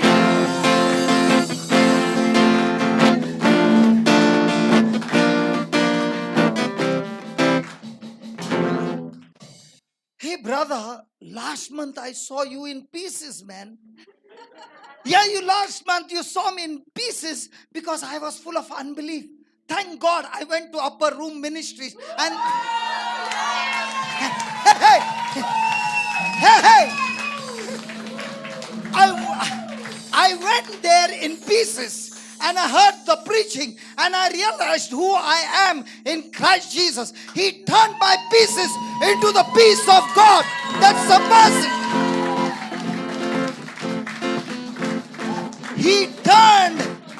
Hey, listen, my friend. Listen, my friend. He turned my pieces into the peace of God that surpasses all understanding. That is now guarding my heart and mind in Christ Jesus, and that's why the peace has turned into a peace of God, and that's why I'm dancing with my joy. Righteousness, peace, and joy in the Holy Ghost. Come on. What happened?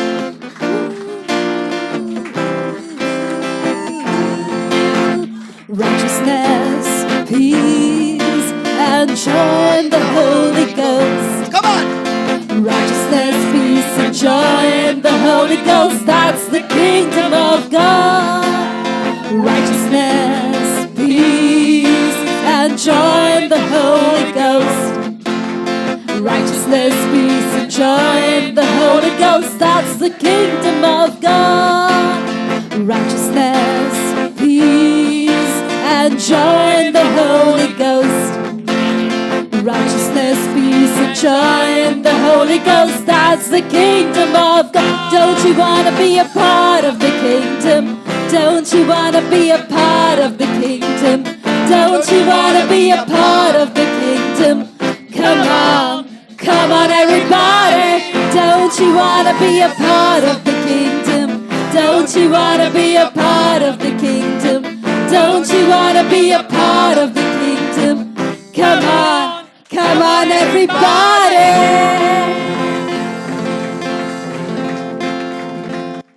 Hey brother, why are you so joyful, brother? Because 21 years back, the devil had cornered me and he said, there's no future for you. He said, there's no future. You made a mess and all that mess has got you into trouble and there's no way out. The only way out is go and commit suicide. Praise God, I believed and I was meditating on that till somebody took me to the house of God where the Spirit of God came upon me. And that's what Jesus said. When the Spirit of truth is come, He will guide you into all truth. He exposed the lies of the devil. He exposed the Spirit of God. Hey, the Spirit of God exposed all the lies of the devil and He guided me into all truth. He did not speak of himself, but whatsoever Jesus had spoken to his apostles, to his disciples, he began to speak to me the same. And he began to show me the things that I never knew. And when the Spirit of truth began to explain to me the truth, listen, he got me out of the worst sin. The sin was not my action. The sin was the unbelief. And when he got me out of unbelief, the first thing he said, listen, son, you were born a sinner. But now you're born no longer from your mother's womb. You're born from your father's womb.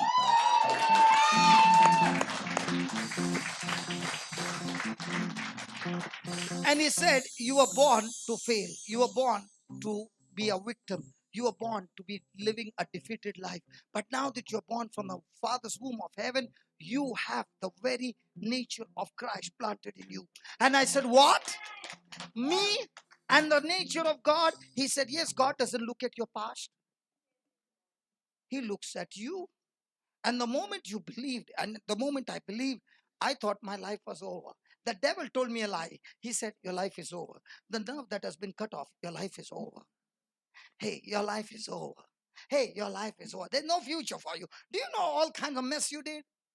But there came somebody whom God sent in my life, who preached the gospel and revealed to me the truth. And the moment the truth came, the righteousness came into me. And the person who has abundance of grace and the gift of righteousness, the Bible says, such a person will reign in life in Christ Jesus. Such a person will have dominion over all things. Such a person has dominion and authority over all things. And then came the peace. And because of that peace, I have joy even when my situation is bad. See, I just came out of the hospital. I just came out of the hospital because my legs were not submitting to me. They had been totally swollen and I was in pain.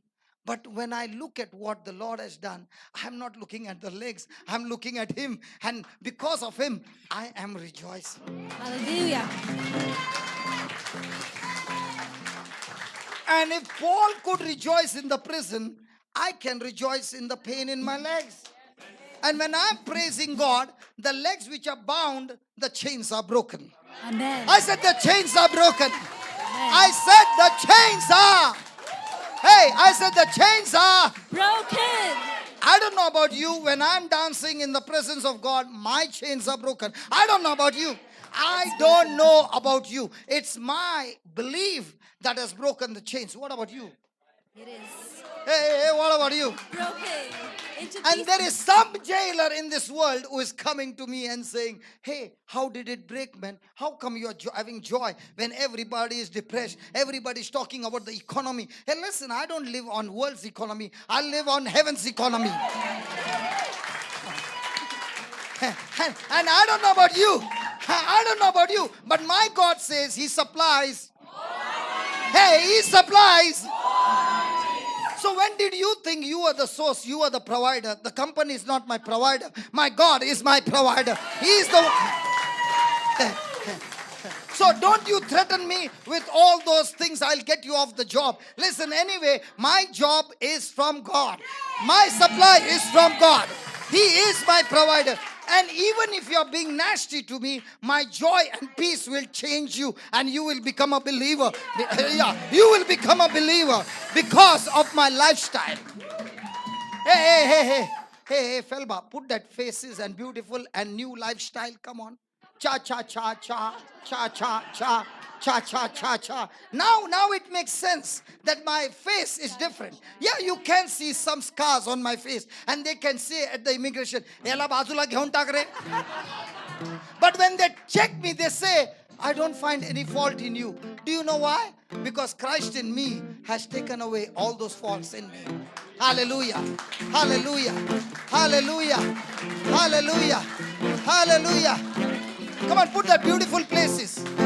Cha-da, cha-cha, cha-cha, cha-da, cha-da, cha-cha, cha-cha, cha-da, cha-da, cha-cha, cha-cha, cha-da, cha-da, cha-cha, cha-cha, cha-da, cha-da, cha-cha, cha-cha, cha-da, cha-da, cha-cha, cha-cha, cha-da, cha-da, cha-cha, cha-cha, cha-da, cha-da, cha-cha, cha-cha, cha-da.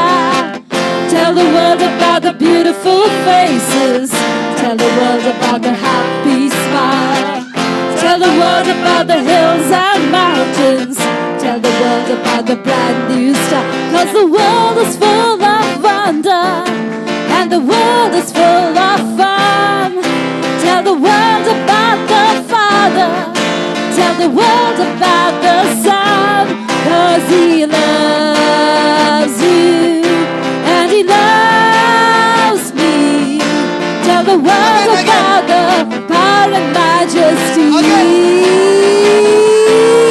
Cha-da, cha-cha, cha-cha, cha-da, cha-da, cha-cha, cha-cha, cha-da, cha-da, cha-cha, cha-cha, cha-da, cha-da, cha-cha, cha-cha, cha-da. 'Cause the world is full of wonder and the world is full of fun.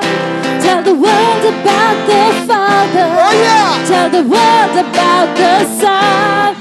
'Cause the world is full of wonder and the world is full of fun. Tell the world. Tell the world about the Father. Tell the world about the Son. Tell the world about the Father. Tell the world about the Son. Hey. Tell the world about the Father. Tell the world about the Son. Tell the world about the Father. Tell the world about the Son. Tell the world about the Father. Tell the world about the Son. Tell the world about the Father. Tell the world about the Son.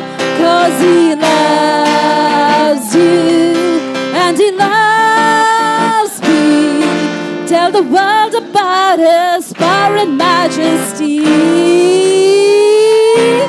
Cha-da, cha-cha-cha-cha-cha-da, cha-da, cha-cha-cha-cha-cha-da, cha-da, cha-cha-cha-cha-cha-da, cha-da, cha-cha-cha-cha-cha-da. Tell the world about the Father. Tell the world about the Son. Tell the world about the Father.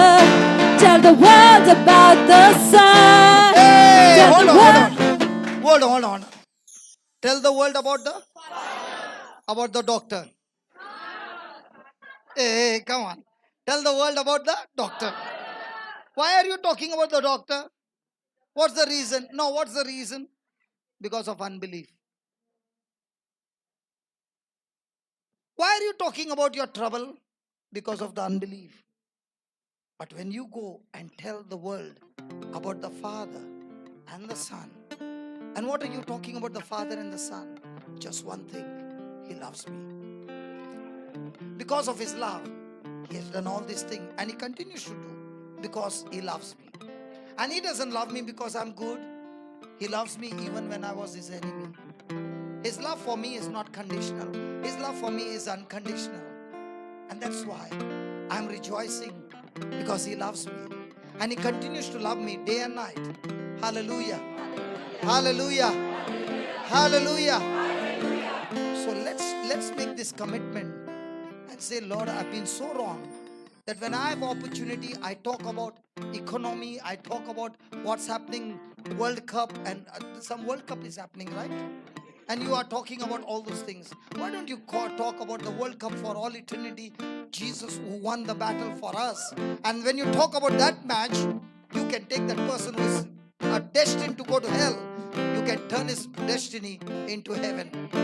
So let's make that commitment. Lord, I'm going to tell the world about the Father, about the Son, and how much He loves me, and how much He loves you, my friend, and He loves me. Come on.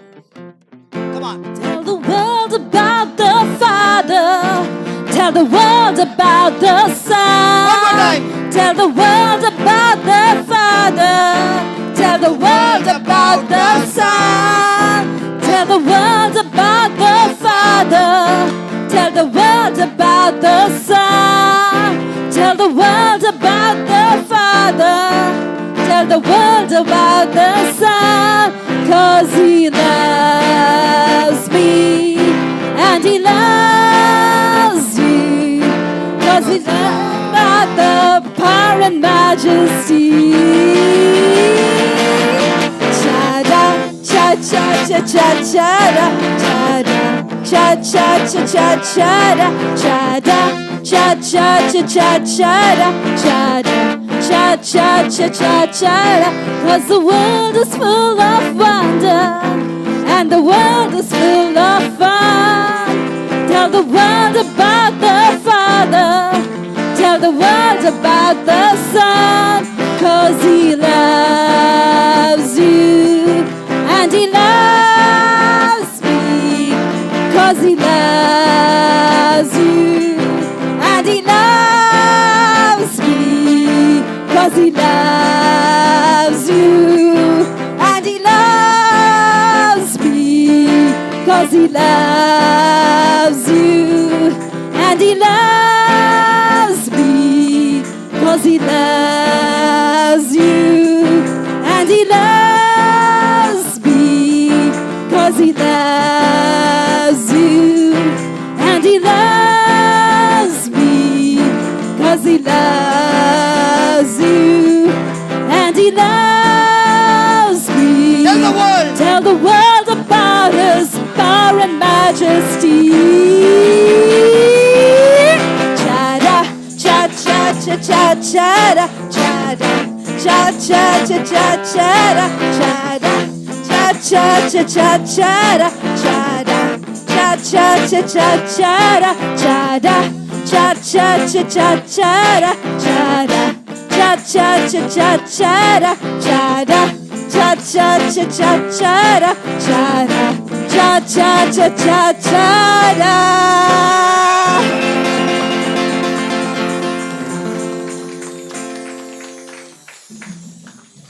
Yeah, please sit down. I'm not giving you one more song.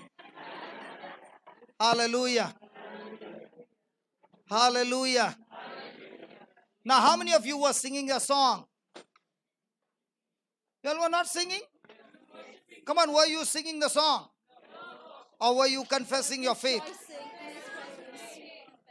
And that's why you are enjoying. Why are you enjoying? Because I know what I'm speaking by faith. I never sang a song. I was speaking my faith.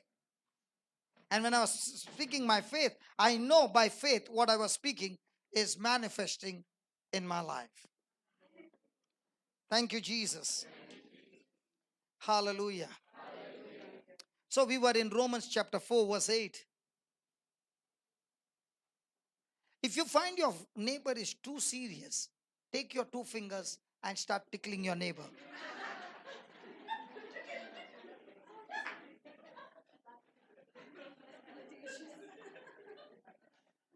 Some of them, without even tickling, they already started laughing.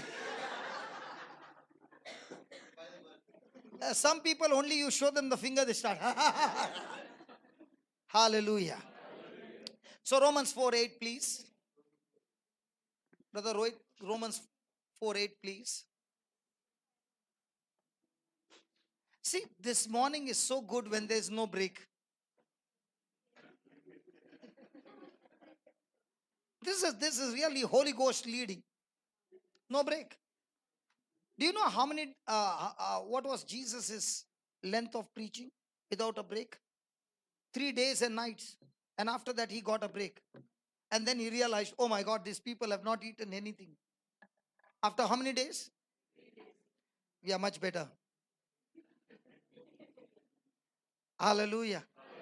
So get your mind, those people sat for 3 days, 3 nights without food. Okay. And you are at 10 o'clock. This stomach noise is the most biggest enemy. 10 o'clock, Brother Vijay. Brother Vijay. The stomach doesn't call Jesus, but it calls Brother Vijay. And then Brother Vijay will come, brother. Chodo yaar. Now, but these people, you should take care of these people. Hallelujah.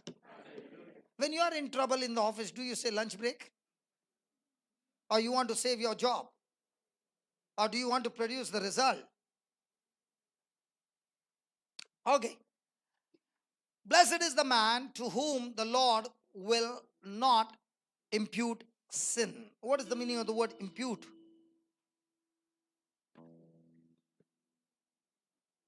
The count. Or is something else, brother? Count. Something else. Oh, you got a translation count. Oh, I said you got a right meaning. Count. Yes. Anything else? Not consider. It is to hold against. Blessed is the man to whom the Lord will not hold against the sin that he has committed. Praise God. Hallelujah. So write down, to impute is to hold against. To impute is to hold against.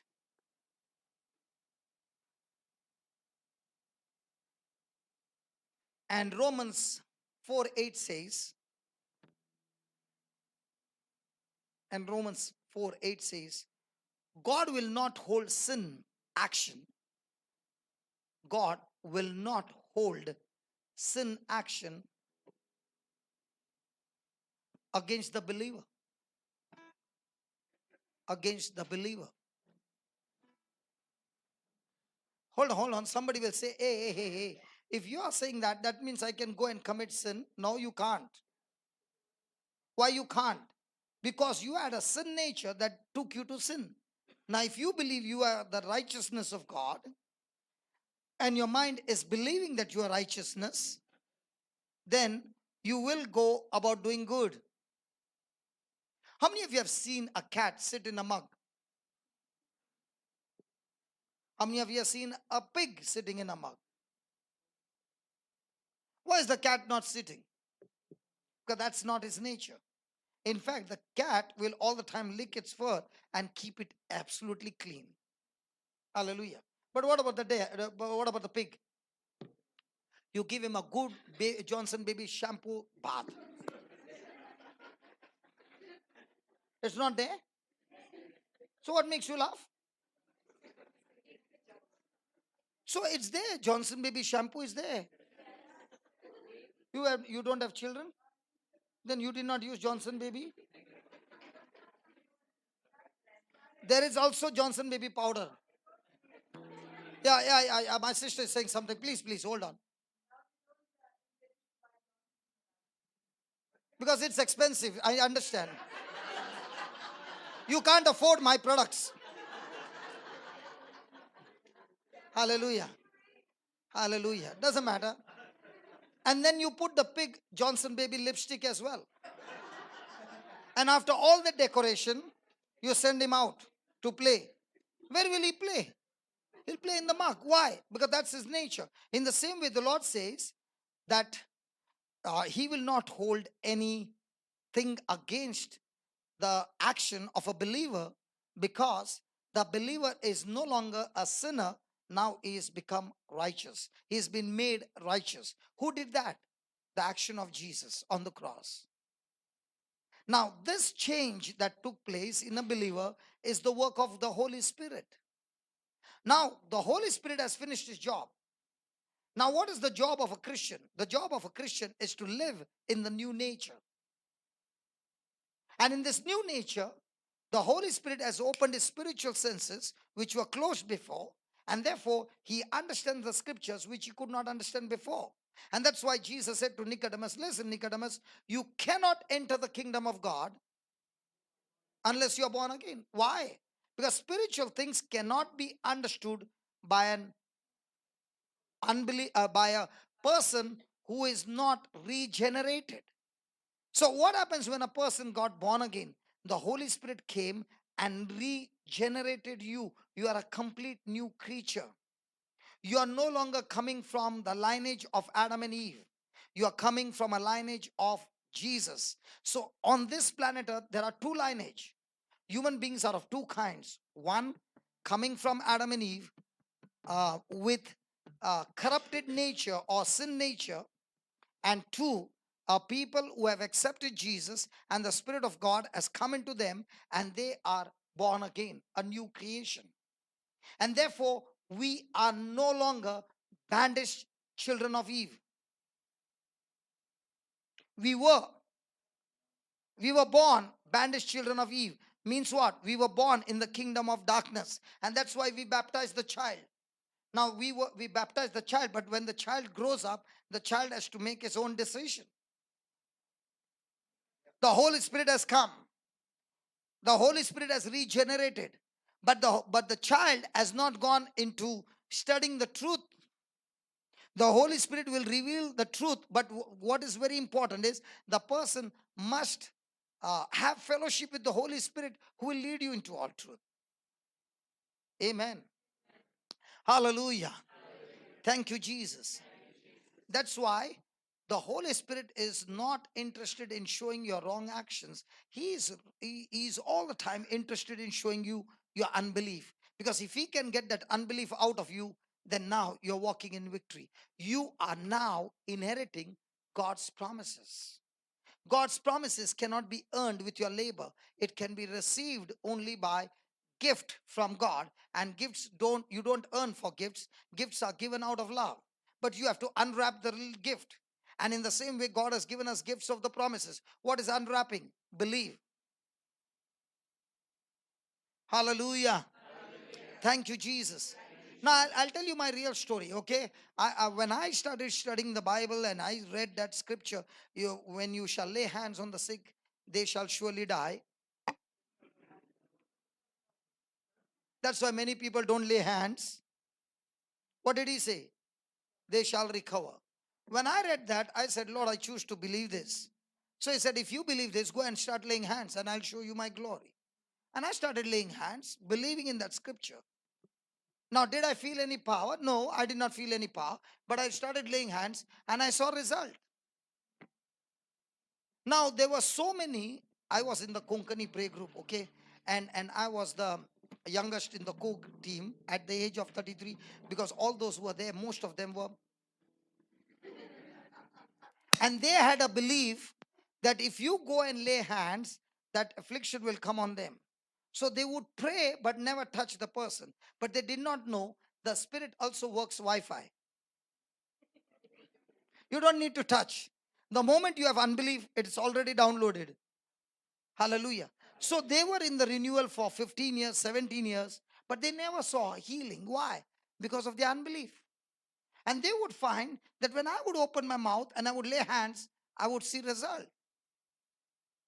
Hallelujah. Thank you, Jesus. Thank you, Jesus. Hallelujah. I had an issue, okay? For the first time, I was given a chance to preach, okay? And they said 45 minutes only, not 1 minute more. I said, yeah, 45 minutes. For me, introduction takes 1 hour, okay? 45 minutes, okay? And second condition, you shall not have any healing service. I said, done. And the topic is suffering, because you always preach prosperity. The gospel itself is prosperity. Now, people think prosperity is money. No, no, no. The gospel is prosperity. It's a good news. It's not a bad news. And it's good news about you being delivered from curse, you being delivered from sickness, you being delivered from addiction, you being delivered from everything. And that's why it's prosperous. And that's why 3rd John verse 2 says, my beloved, everything will go well with you and you will be in good health, even as your soul prospers. So what's the prosperity? The prosperity is not about money. The prosperity is your mind, your soul is prospering in the word of God. From unbelief, you're getting into belief. That's prosperity. Okay? So I said, okay. And when I took the mic went off. Praise God. It happens like that. Thank you, Jesus. So because the mic went off, I had to come down. And thank God my amplifier works without power. So I began to raise my voice and I explained on the divine exchange that Jesus suffered and you get your result. And I went so fast. I've never finished my preaching in 40 minutes. I was looking at the time, 40 minutes exactly, all explained about the divine exchange. And the Lord said, can you see that lady on the second row? I say, yeah. Can you see the hearing aid? I say, yeah. You tell her, do you want that hearing aid to go off? So I said, there is no healing service. He said, you speak the scripture, I'll do the rest. So I asked her, sister, you got a hearing aid? She said, The daughter said, yeah, my mom got a hearing aid. Yeah. I said, ask your mom, does she want New Year's? And she said, yeah. So I said, Lord, you said the exchange. Your body was wounded so that our bodies are healed. So I told the girl, tell your mama in a years, Jesus, your body was wounded so that I got New Year's. And she took off her hearing aid and she started saying. She hardly said 5 times, her ears opened.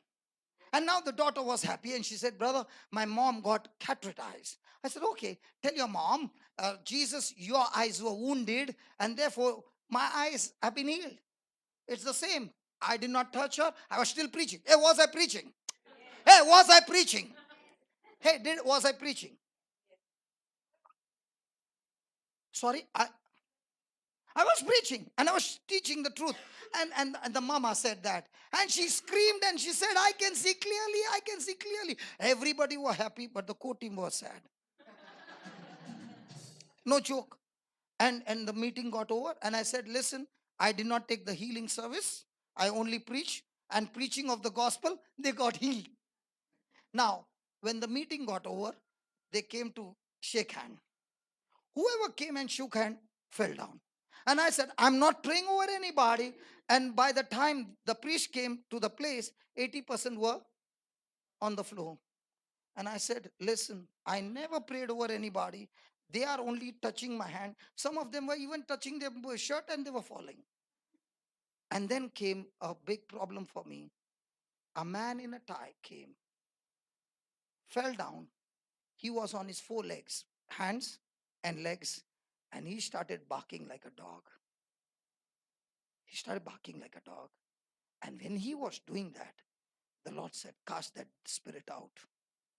And I said, God, I will be in trouble. He said, who got you out of trouble? I said, you. So will you obey my orders? Do you want this man to suffer like you suffered? I said, no, Lord. Do it. And I spoke that word and he was delivered. This man created another problem. He went to the priest and said, you know what? I was suffering for 20 years and I was manifesting everywhere. I could not sleep for 20 years. Last night, one brother preached and I got delivered and I'm totally set free. From that day on, they never gave me a chance to preach. This is the real story that I went through. So in my life, I went through terrible moments and I would ask God, why this? And he said, because you are a threat to the devil's kingdom. Don't you fear. Stand strong in faith, walk in love, and I will take you from glory to glory. That's why he says, blessed is the man that God does not hold against you any sin that you had committed in the past. Why? Because Jesus has paid the price for me. You know what would surprise me in those days was I never knew all this, and I would say, Lord, I have lived such a bad life. My dad did not believe me for 12 years because in his mind was, my son, I know the life he lived. How can God give him that power to heal people? But when he came and saw with his own eyes and his ears opened up, he began to believe after 12 years of my conversion. What's the difference? I'm operating in belief, and the others who are there for years are still with unbelief. The very reason you are with unbelief is, the Bible says, just put this, okay, just put this, Mark 16, verse number 16. I'm not pointing finger to anybody, I'm pointing my finger to the word of God. You read it yourself. He that believeth and is baptized shall be saved. He that believeth not shall be. Did he say he who prays? No. Again he says believes. Every time Jesus talks about believing, believing, believing. Then 17. These signs shall follow them that pray day and night and fast. You can be the most uneducated person, illiterate, don't know to read and write. But when the gospel is preached, you believe with all your heart, you will still have signs and wonders following you. Because the Bible says, these signs will follow them that. Has anybody ever gone in a sunlight?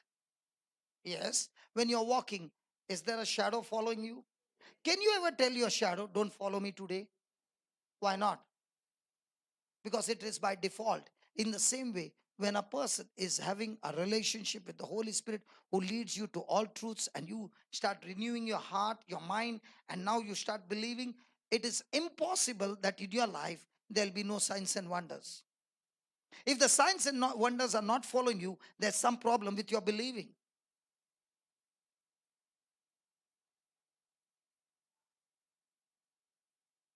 He said it's simple. These signs shall follow them that believe after 10 years. These signs shall follow them that believe in this church. He did not talk about church. He talked about a person named Jesus. The church is there to educate me, to feed me, and reveal to me the teachings of Jesus so that I learn to believe.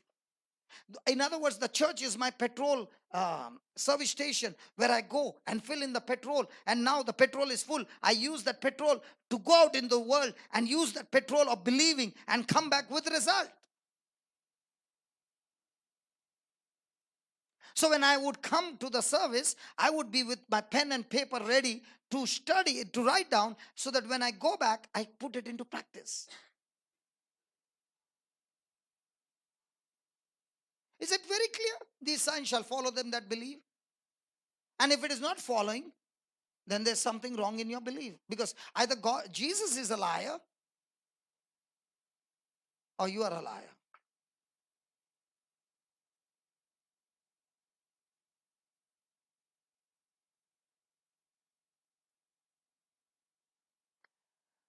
In my name shall they cast out devils. They shall speak with new tongues. Then they shall take up serpents, and if they drink any deadly thing, it shall not hurt them. They shall lay hands on the sick, and they shall surely die. So if you believe, why are you not laying hands? Sarita, after how many years you started laying hands on the sick? Are you laying hands on the sick? Yeah. After how many years? You are saying, brother, if I tell that, they'll know my age. Okay, don't say.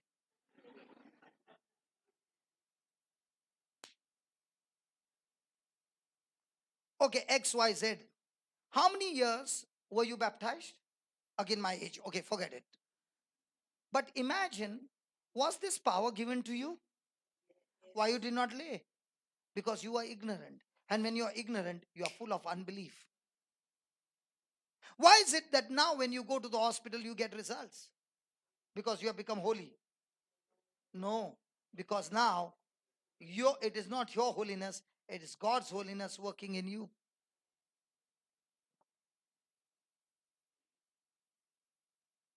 That's why I love to call people who have never prayed in their life to show the congregation the moment the person begins to believe, the power is activated. Is this power given to everybody? Yeah. But are everybody exercising this power? Not at all. Even last night I asked, who wants to heal these people? Get up. Holy Spirit would have said, get up. No. That's unbelief. And do you know what you did? You quenched the Holy Spirit. The Holy Spirit told you, get up. And what did you say? No. The Holy Spirit wants to work with you in partnership. But you did not give him support. You are the one who is going to make the decision. He is going to finish the job. But what did unbelief do? Kept you sitting in one same chair. And you come in and go. Years go by. And you are just a member. But contribution to the kingdom of God is nothing. Did Jesus have 12 believers or unbelievers? One got lost. The other 11. Did they shake the whole planet Earth? They were with unbelief. But after the Pentecost, did they live their life for themselves? What about you? Have you received the Holy Spirit? Are you living your life for the kingdom?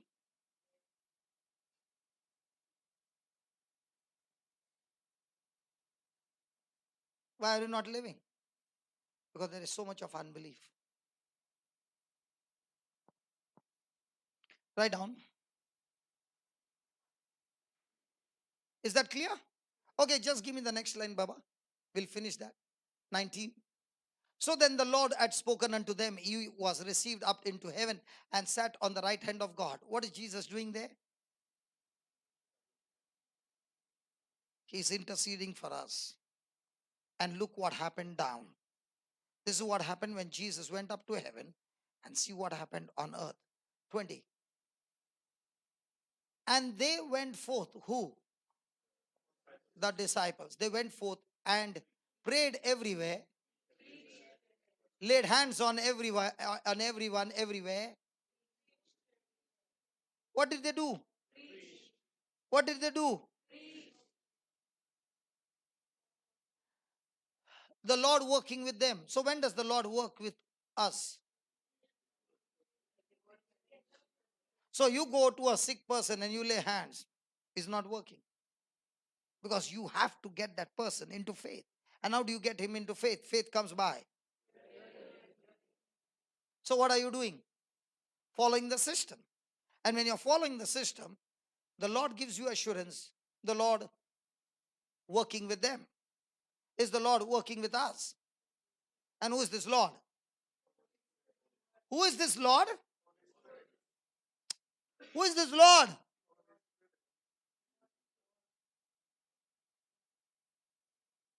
Who is this Lord? When I asked the question 3 times, the answer became 3 different answers. But there was one person who kept saying, Holy Spirit, Holy Spirit, Holy Spirit. All the others, some of them even looked that side. You must be sure. Where's Jesus? Where's God? And who is on earth? So who was working with them? Who is working with us? Who was working with them? Now clear? Thank you, Jesus. Holy Spirit was working with them, is working with them, and is working with us. And so whose job is to confirm? What is your job? So your job is to preach the truth and convince the person. Is your job to heal? Your job is to convince the person in your preaching, spend time so that he understands the truth. Once the truth is understood, your job is over. Now the Holy Spirit says, that's my job to confirm. That's why I never keep sweating for healing. Why? Because I've done my job of preaching. I'm sharing with you my secrets. And that's what Jesus, the Holy Spirit began to tell me. Listen, we work in partnership. You do the preaching, I do the fixing. You open your mouth and say the truth. I will see to it that that person is set free. Wow. That's why when Sister Judy was sitting there, I said, Sister, I'm going to tell you the craziest thing to do. But can you be like a child and do it? And she said, I'm ready to do anything. So you got allergy for 18 years, right? 19 years. And I said, can you open your mouth and start doing foo, foo, foo 5 times and with all your breath? And when you're doing it, believe that spirit of allergy which is in you is coming out of you when you blow that air in the name of Jesus. Now, what job are you working on? High position. Now, if you go to your boss and the boss says, how come you are not having cough and sneezing and cold and all? And you go to him and you say, I went to a new place, upper room ministry, and there was one man who came and he told me do 5 times, poo, poo, poo, poo, poo, and he did it 5 times and the allergy is gone. The doctor, the boss might call the doctor and say, take out and have a recheck. Isn't it looking crazy? Hello, isn't it looking crazy? But did she believe?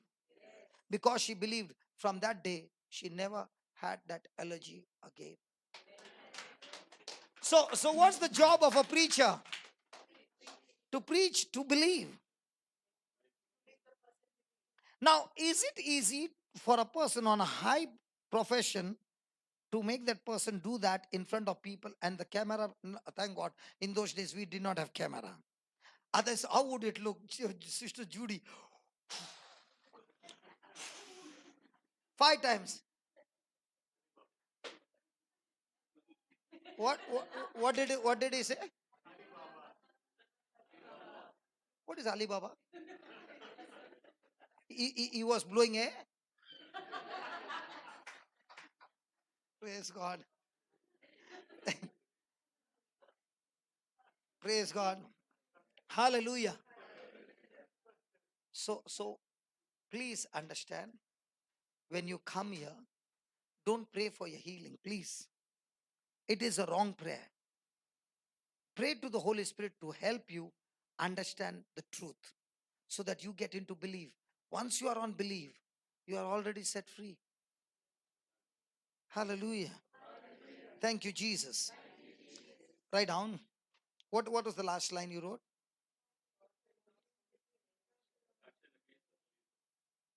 Okay. Jesus' blood, Jesus' blood took care of every sin. Jesus' blood took care of every sin except unbelief.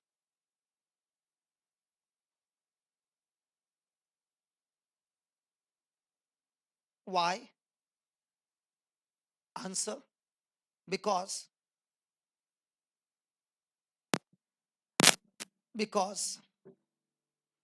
unbelief is a free moral agent issue.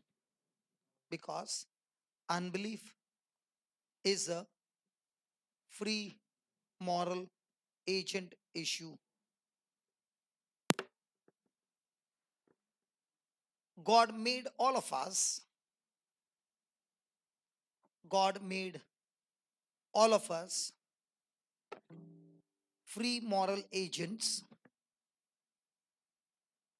God made all of us free moral agents, and He will never take away and he will never take away our right to choose. And he will never take away our right to choose. We must rely, we must rely on the wisdom of the Holy Spirit. We must rely on the wisdom of the Holy Spirit to help us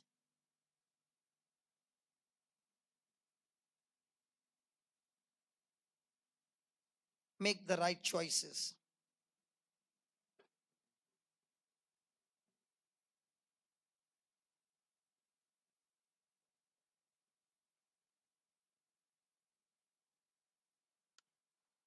Praise the Lord. Thank you, Jesus.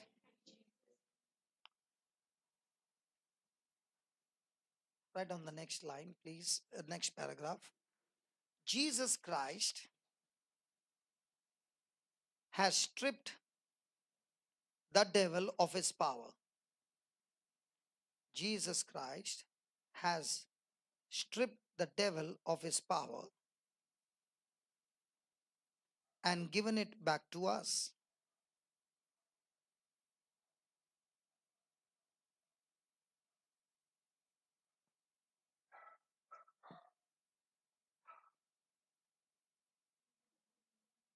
And given it back to us.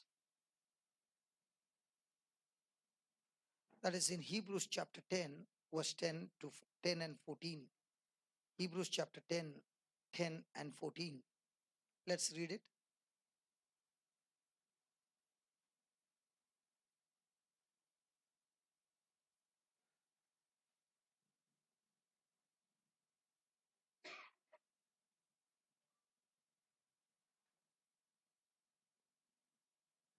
Please read.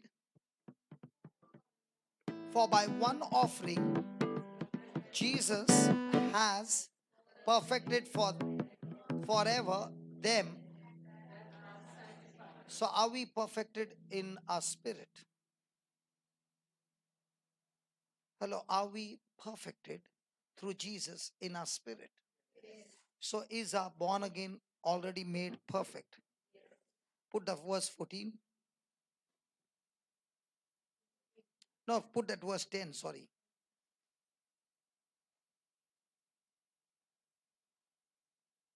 By the which will we are sanctified. We are sanctified how? Now, what is the meaning of the word sanctified?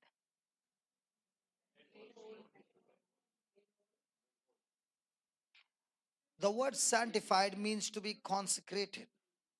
It means to be set apart. It means you are a vessel set apart for his work. So once upon a time, you were a vessel with corruption, but by his offering his body on our behalf as a sin offering to God, we have been sanctified, means we have been consecrated, we have been made righteous, we have been purified, praise God, and we are the vessel in the kingdom of God for special purpose. If you see in the church, the priest uses the chalice. But on the feast day, he does not use the same chalice. He uses a special chalice with stones because it's a feast day, something special. Are you following? Might be not followed in some churches, but some churches on the day of feast, everything is special. The whole sacrifice is, the whole Eucharist is special. The whole celebration is special. Why? Because today is a day of a feast of celebration. So, in the same way, you too are sanctified for the kingdom, for his purpose. Now, this vessel that you are, you got sanctified by your works or by the works of Jesus. Then what is the 14th verse saying?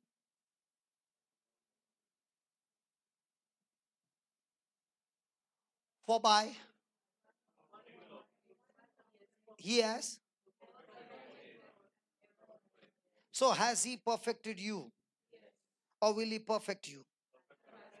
But do we believe that? Hallelujah. Hallelujah. So when you believe what he has done for you, then you discover what is your purpose in his kingdom.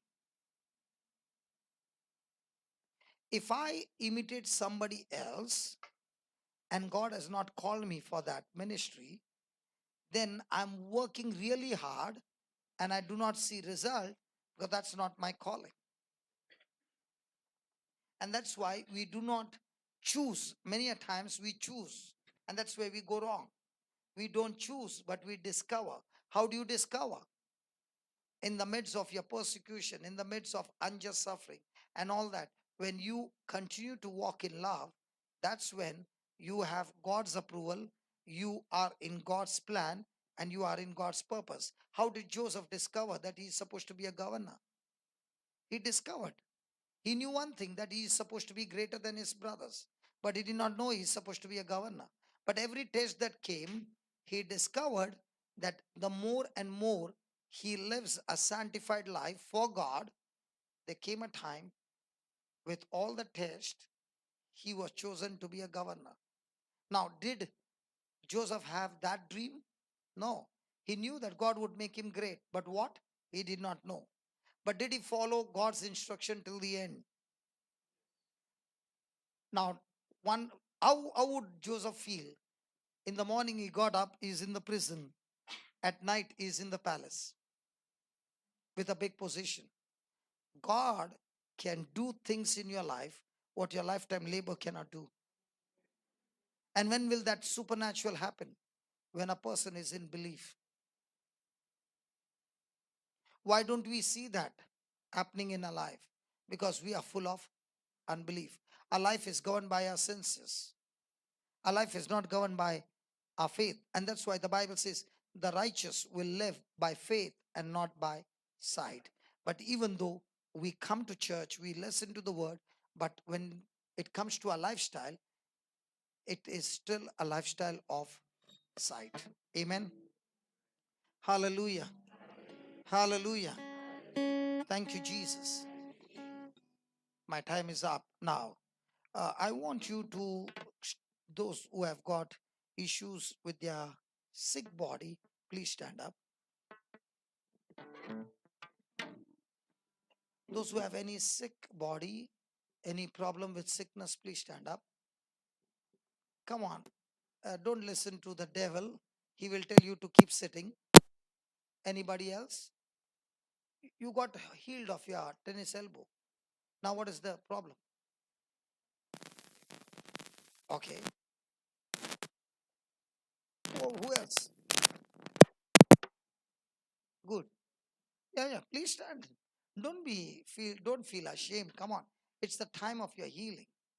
And that's why my brother has kept 45 minutes today for the healing. Come on. Anybody else? Yeah, you can leave your seat and come here. Come on, anybody else? Listen, the devil has got a lot of things to tell you. Will you listen to the devil, or will you just step out in faith and say, Lord, I'm going to step out in faith. This is my time. Anybody else?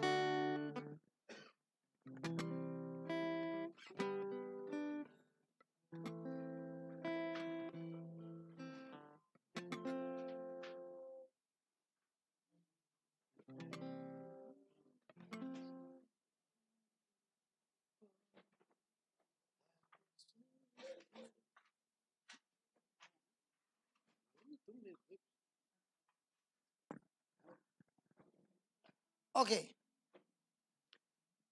This is called as freelancing. There's something called as freelancing, right? Pick up whoever you want and kill it. Not kill him or her. Kill it. Come on. Open. Freelancing. Clients are standing before you. You pick up the person you want and let's kill it. One got up, two got up, three got up. Come on, pick up, pick up. Okay.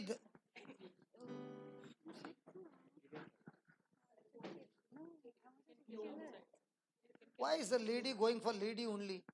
A lady can heal a man as well. God, I wanted this opportunity for a lifetime. No, this man is also looking.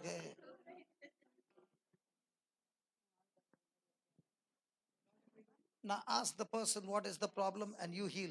And those who have got somebody back home, okay, we will have a telephonic calls and we do that as well today.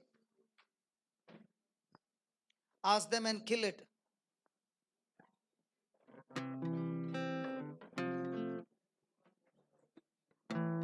I'm not going to listen to what you're saying.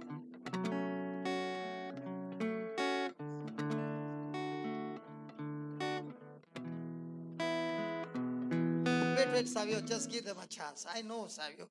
You'll get your 45 minutes. Background. Okay, background. Go ahead. Because your guitar also has got power. David played the harp and the evil spirit left. So go ahead.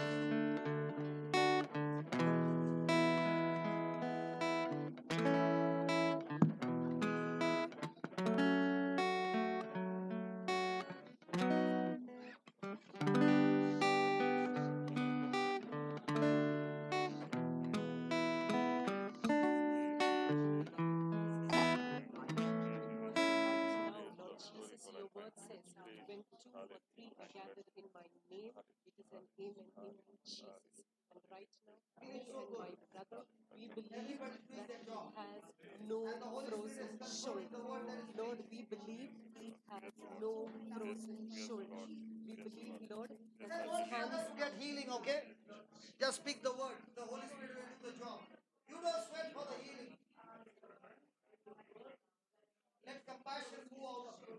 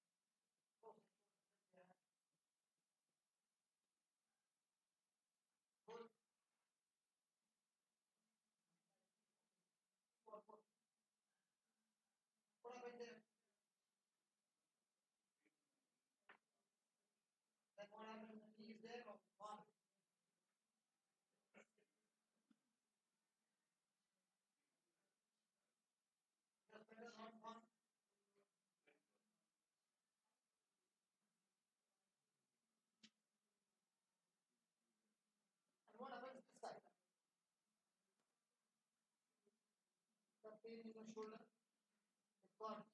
Stop. How long will it take?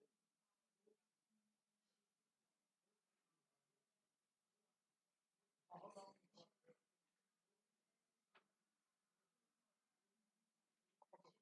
Just since morning. Okay.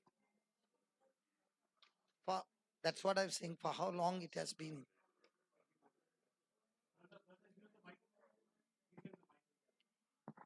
It's been there for almost 6 months or more. 6 months. Yes, and it keeps coming, but now it's not there. It's gone Gone forever. forever. Yeah. What happened here? Shoulder Yeah. Now what? How is your shoulder? little bit released. Only little bit released. Yeah. Okay. Little bit released, not completely. Not complete. Don't do half-hearted job. Come on, get the job done completely. And what about you? You won't know. You won't know unless you go for a test. So you got a homework for 1 month and then do a test. You start saying every day to your pancreas, I love you and I thank you for producing the insulin by which my sugar level has come back to normal. Okay? You do this homework for 1 month and say, my pancreas are functioning perfectly fine. All the organs, internal organs are functioning perfectly fine. And then come with the test report. Okay? Yeah. Now, Quite releasing. okay. Now you take your hand and say, in the name of Jesus, I'm set free.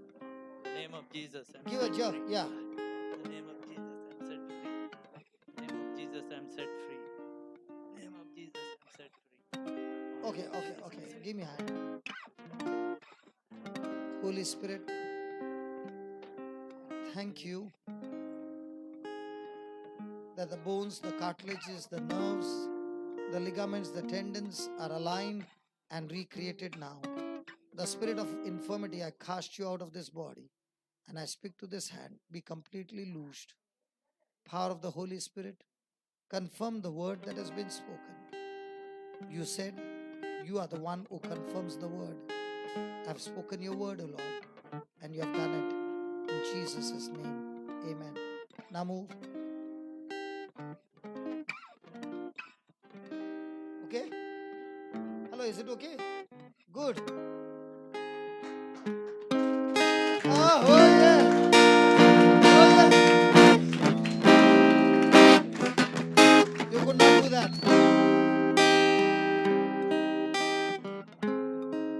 You could not do that. And now you can do that. Praise God. And what happened here? Properly for almost 7 to 8 months.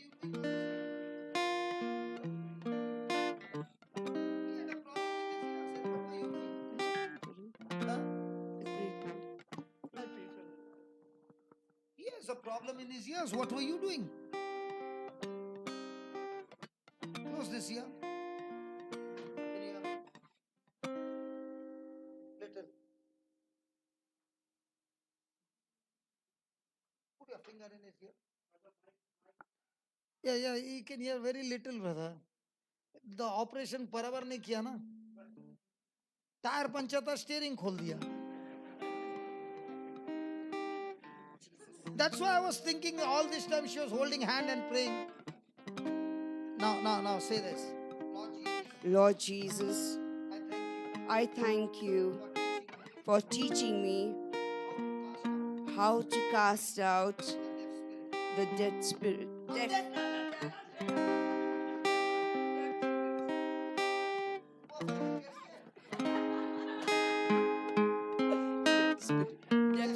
Deaf spirit. In the name of Jesus. Deaf spirit. Come out of him. Now. In Jesus' name. Thank you, Lord. The deaf spirit is gone. And the Holy Spirit, you are reconstructing his ears that he's able to hear clearly. In Jesus' name. Amen.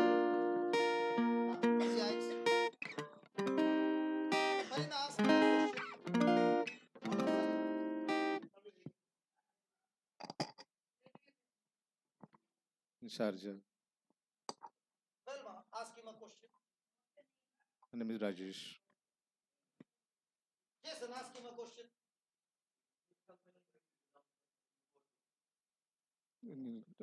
Dermai Cosmetics Trading Company. Yeah, but you are keeping both the ears open, man. क्या चालू आदमी है यार? Close your eyes again. Marina, ask him a question. No, different question, okay?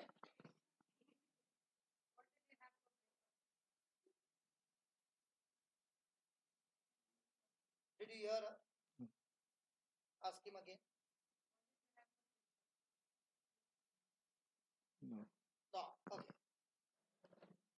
Deaf spirit, in the name of Jesus, come out of him.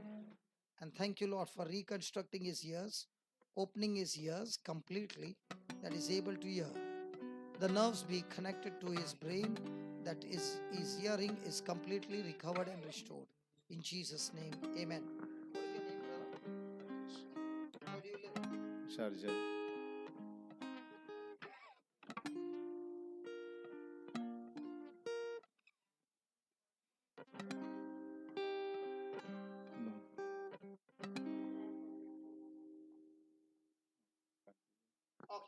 One more time.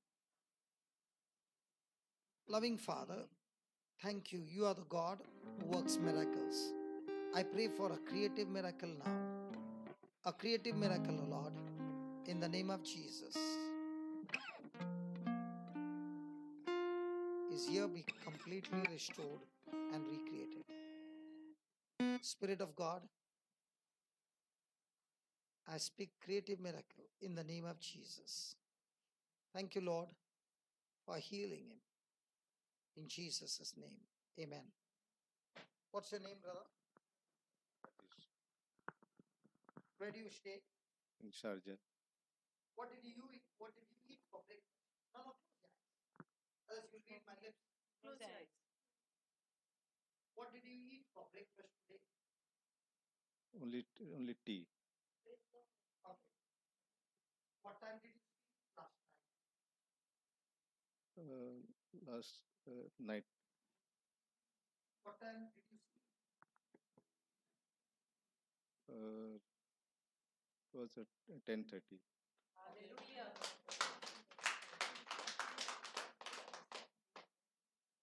What color shirt are you wearing now? White shirt. What is your wife's name? Anita. And your children's name? You have children? 2 children. Good, now you can hear me. Hallelujah. Hallelujah. Hey brother, say hallelujah. Hallelujah. Good. Okay. Sorry. What happened to him?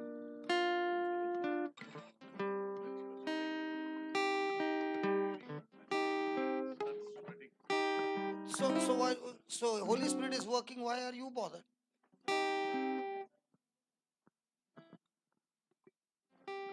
No. Hallelujah. Yeah, what happened here? Good. It's opened up. Good, Judy. Good job. God bless you. God bless you. And you listen. You start saying that every organ is working beautiful. Close your eyes. Lord, I thank you. She's thirsty for you. Hey, brother, keep your eyes open. She will go down like a rock. Close your eyes. Lord Jesus, you sit down. Lord Jesus, I thank you. I praise you. No, you just listen. Lord, this child of yours is hungry for a touch. Touch. Spirit of God, a touch from you is all that she longs. And she's come all the way longing for the touch. Touch her now. Now. Thank you that she is drunk in your presence, drunk in your love, and drunk in your holiness. That all the cares that she is carrying, the burdens that she is carrying, is all destroyed. The stronghold is destroyed, and that she is set free. Thank you. Thank you for this anointing. Thank you for this presence. And thank you for this glory. In Jesus' name. Amen. Can you tell me what's happening to you?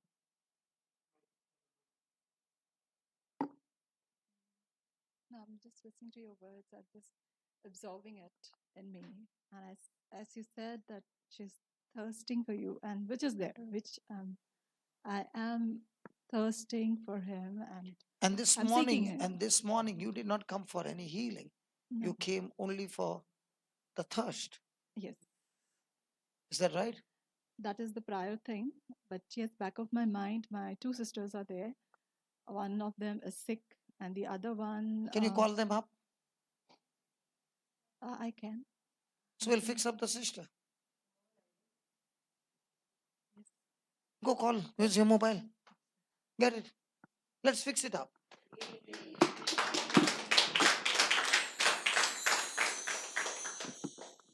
What's happened to your sister?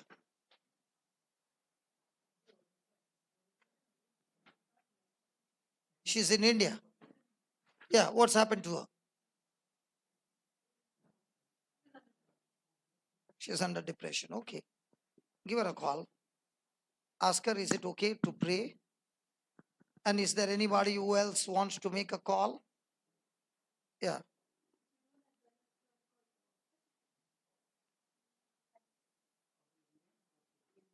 She's calling India. Anybody? Even if your loved one is on moon, make a call.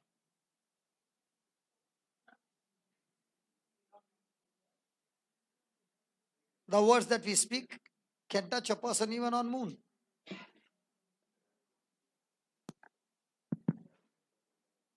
Robin, you got anybody called?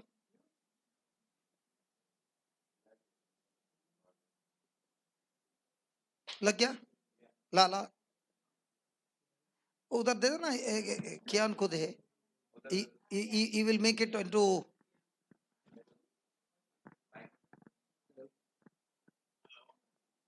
yeah brother, tell me what's happening to you.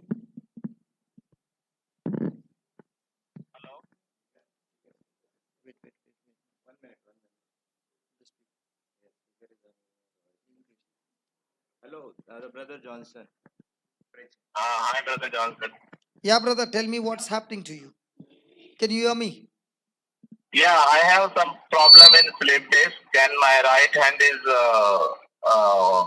frozen actually, and it doesn't move. Okay, your right hand is frozen. Okay, close And your also eyes. leg is not moving properly. Your leg also has got a problem Yeah. and you can't walk properly. Yeah, disturbing walk is there. Okay, do you believe in a creative miracle now? Sorry? Do you believe in a miracle now? I can't hear actually properly. Okay, thank you Jesus. If you can't hear me, it's a problem. I need to hear it. Now can you hear me? It's disturbing the voice actually. Okay, give me the phone. Give me the phone. Give me the phone.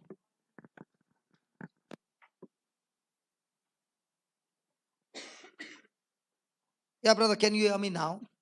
Yeah, now I can hear you. इसका mic इधर है कि इधर है?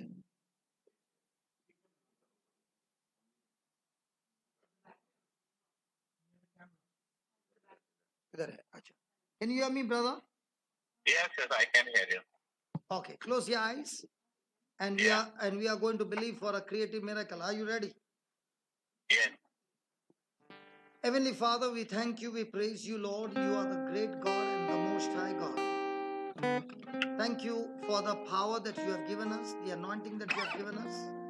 In the name of Jesus, I curse, I bind, I rebuke that spirit of infirmity that has caused this affliction in the body. In the name of Jesus, I curse you in the name of Jesus and I cast you out of this body.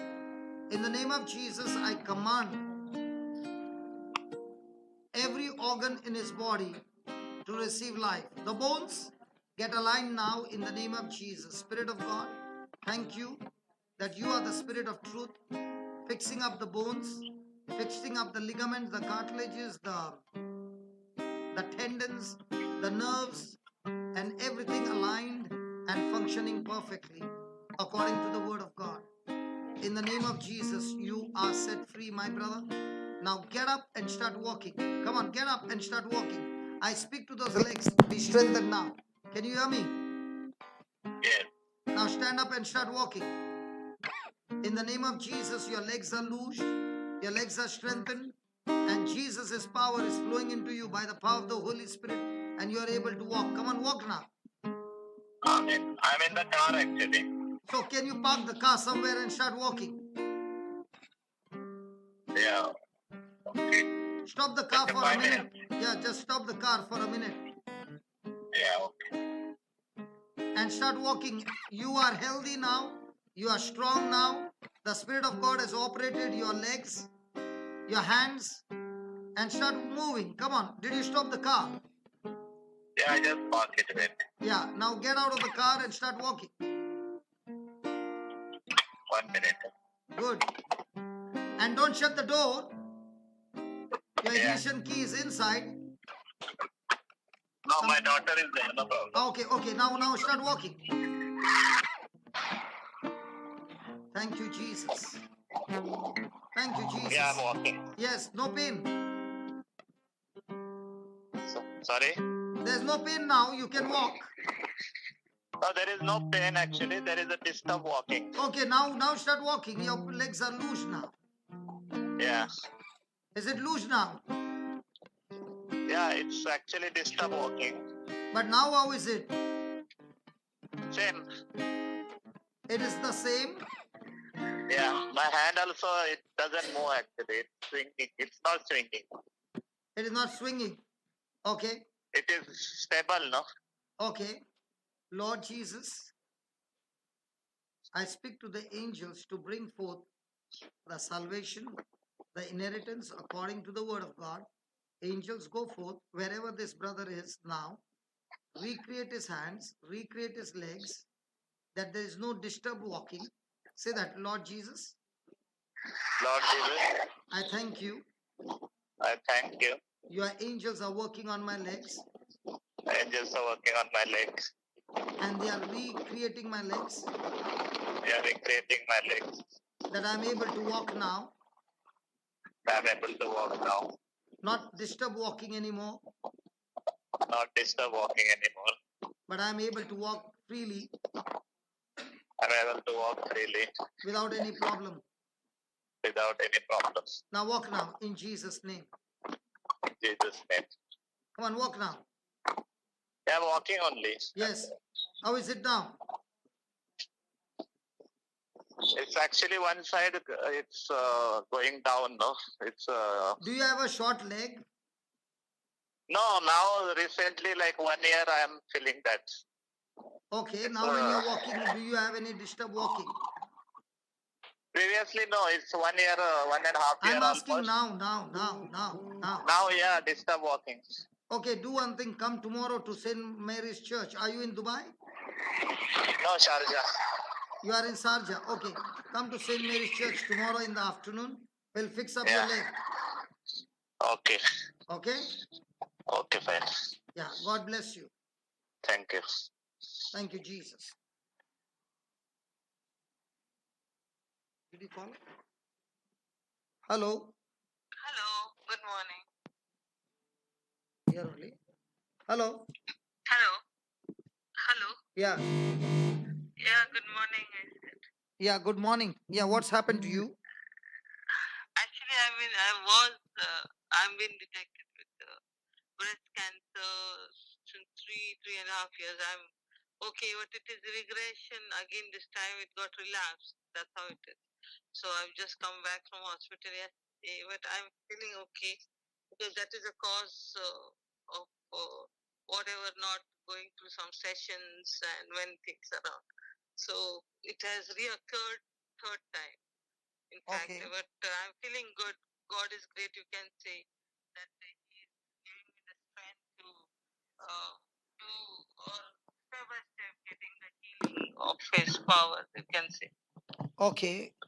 Let me pray. And Let me pray for you now. yeah. Lord Jesus, I thank you that you redeemed us from every curse of the law, and therefore the curse of cancer has been nailed on the cross, and this sister is completely healed. Lord, your word declares that by your stripes, by your wounds, she is healed. As you Yes, cursed the amen. fig tree and the fig tree died from the root, in the same way you have given us the resurrection power. You have given power and authority over snakes and scorpions and to overcome all the powers of the enemy. And you said nothing will harm us. Lord, we Yes. believe that word and we curse this cancer and we command it to die from the root, and we speak to all the internal organs to be recreated, reconstructed according to the word of God. And we declare your word, O Lord. We declare your truth, O Lord. And Spirit of God, you are the Spirit of truth. You have set this sister completely free in Jesus' name. Amen. Amen. Amen. Amen.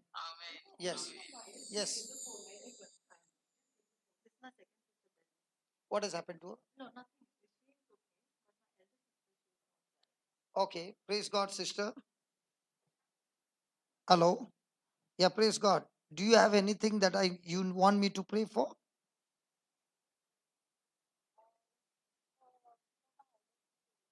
Okay, I'll pray for your elder sister. Father, in the name of Jesus, you have not given us the spirit of fear. You have given us power, love, and sound mind. Wherever the spirit of fear has come from whatever information, from whatever knowledge she has received, Lord, we destroy every knowledge, every information that is not of your kingdom. We destroy every stronghold in our mind. And your word says you have given us weapons not to fight the weapon, not to fight the war in the flesh, but in the spirit, and our weapons are spiritual. They are powerful to destroy strongholds. So, right now, in the name of Jesus, whatever has captivated the mind of the elder sister, it has been destroyed completely right from the root, and every thought is brought into obedience by the power of your word, by the power of your Holy Spirit. Lord, I thank you that when I come back next month, this sister will bring forth the testimony of this elder sister totally and completely delivered by the power of your word, by Jesus, and by the power of the Holy Spirit. Thank you, Lord, that our mind is washed in the blood of Jesus, and Satan, you have no more power, no more authority over her. We overcome you, devil, by the blood of Jesus and by the word of our testimony. And this is our word of testimony, that she has not received the spirit of fear. The elder sister has received power from God, love, and a sober, sound mind that is hooked up on the word of God. We have declared it, we have received it, and we have confidence that what we spoke by faith is manifested in Jesus' mighty name. Amen. Amen. Amen. Yeah. Thank you. Still on the line. Yeah, what happened to mommy? Hello. Hello. Brother. Yeah, how are you? I'm not well, brother. Okay, My do you both the believe in hands are miracle? paining. Do you believe in a miracle? Hello. Hello, No, sweet brother. mama. Yeah, My yeah. both the hands are paining. Okay, I'm okay. not well. Okay, can I say a small prayer? Yes, brother. Heavenly Father, in the name of Jesus, I rebuke that infirmity that is causing pain in our hands. You spirit of infirmity, I bind you, I curse you, I cast you out of this body.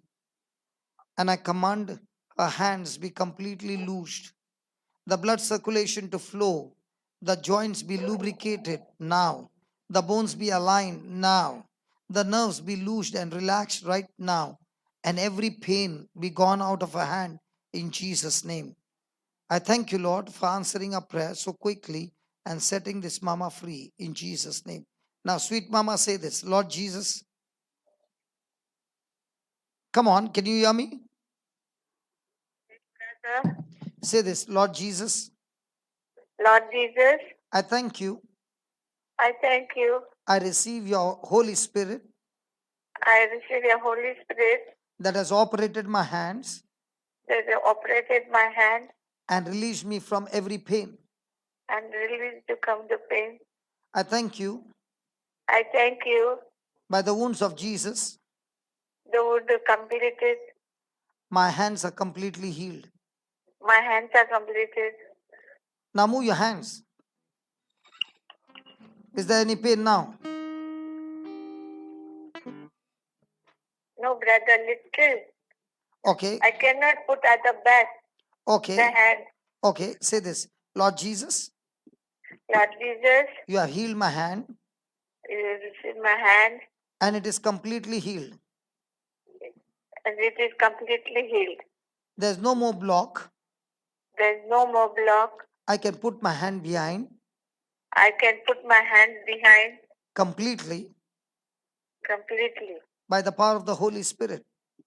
by the Holy Spirit. Thank you, Jesus. Thank you, Jesus. Now check. It's done. Yes, brother. Good. God bless you. Yeah.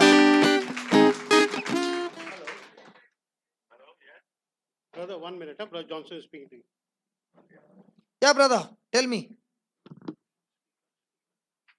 No, he is connected, no? You're connected? Hello, you're connected, right? Yeah, it's connected. Yeah. Go ahead. Hello, brother. Tell me. Okay, okay. Tell me. Praise God, I've done I had this lymphoma, malignant cancer. Okay. I have done my 6 sessions at Manipal Hospital and I'm just out of it. I'm in Dubai now. Okay. Yeah, I just wanted a prayer from you. Okay.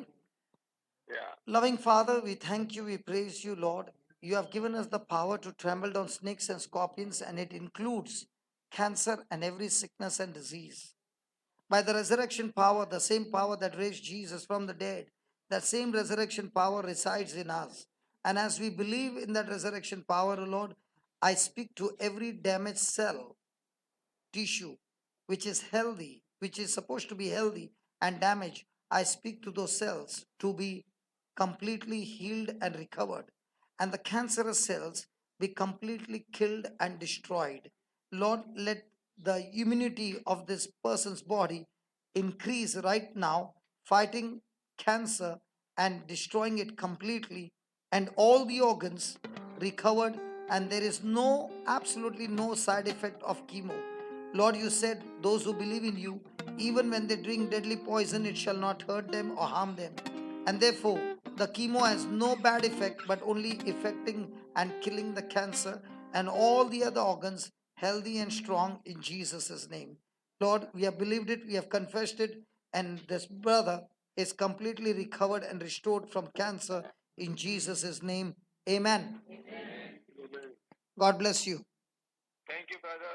God bless you. God bless you too. God bless you. Praise God. Hallelujah. Let's lift our hands and let's pray for people around the world. Hallelujah. Heavenly Father, as we lift our hands, we not only pray for those who have made the call, but we pray for people around the world suffering from any sickness or disease. Lord, you said we can speak to the mountain. We speak to that spirit of infirmity that has afflicted people around the world. In the name of Jesus, we curse you. We rebuke you. We cast you out of the body of those people who are suffering from this affliction. In the name of Jesus, we speak, angels, go forth and bring forth their healing, bring forth their deliverance, bring forth their salvation. We command you, angels, go now and bring forth the miraculous power into manifestation. Recreate their bodies in the name of Jesus. Lord, as we lift our hands, we speak to the angels to go and declare a war against the powers of darkness and destroy them in Jesus' name. Lord, when we open our mouth and we speak in faith, Holy Spirit, you are the one who is confirming the word that is being proclaimed right now with accompanying signs and wonders. We thank you, Lord, for the creative miracle. We thank you, Lord, for the restoration and recovery. We thank you, Lord, that the dead organs are come back alive. And we thank you, Lord, those who are healed are now living in your kingdom, working for you and ministering to other sick people with the anointing that has blessed them and healed them. Lord, we thank you for a revival that is coming forth. A revival coming forth. Those who are in depression, those who are in captivity are now champions in bringing others out of depression. Lord, you have not given us the spirit of fear. You have given us power, love and sound mind. And we are the body of Christ. And we overcome Satan. We overcome every work of Satan by the blood of the Lamb and by the word of our testimony. Truly, O Lord, the one who is in us, the Holy Ghost, is greater than the powers of darkness coming against us in this kingdom, in this world, O Lord. We thank you, we praise you. Oh, la baba rakade de bebele kede rekede babala.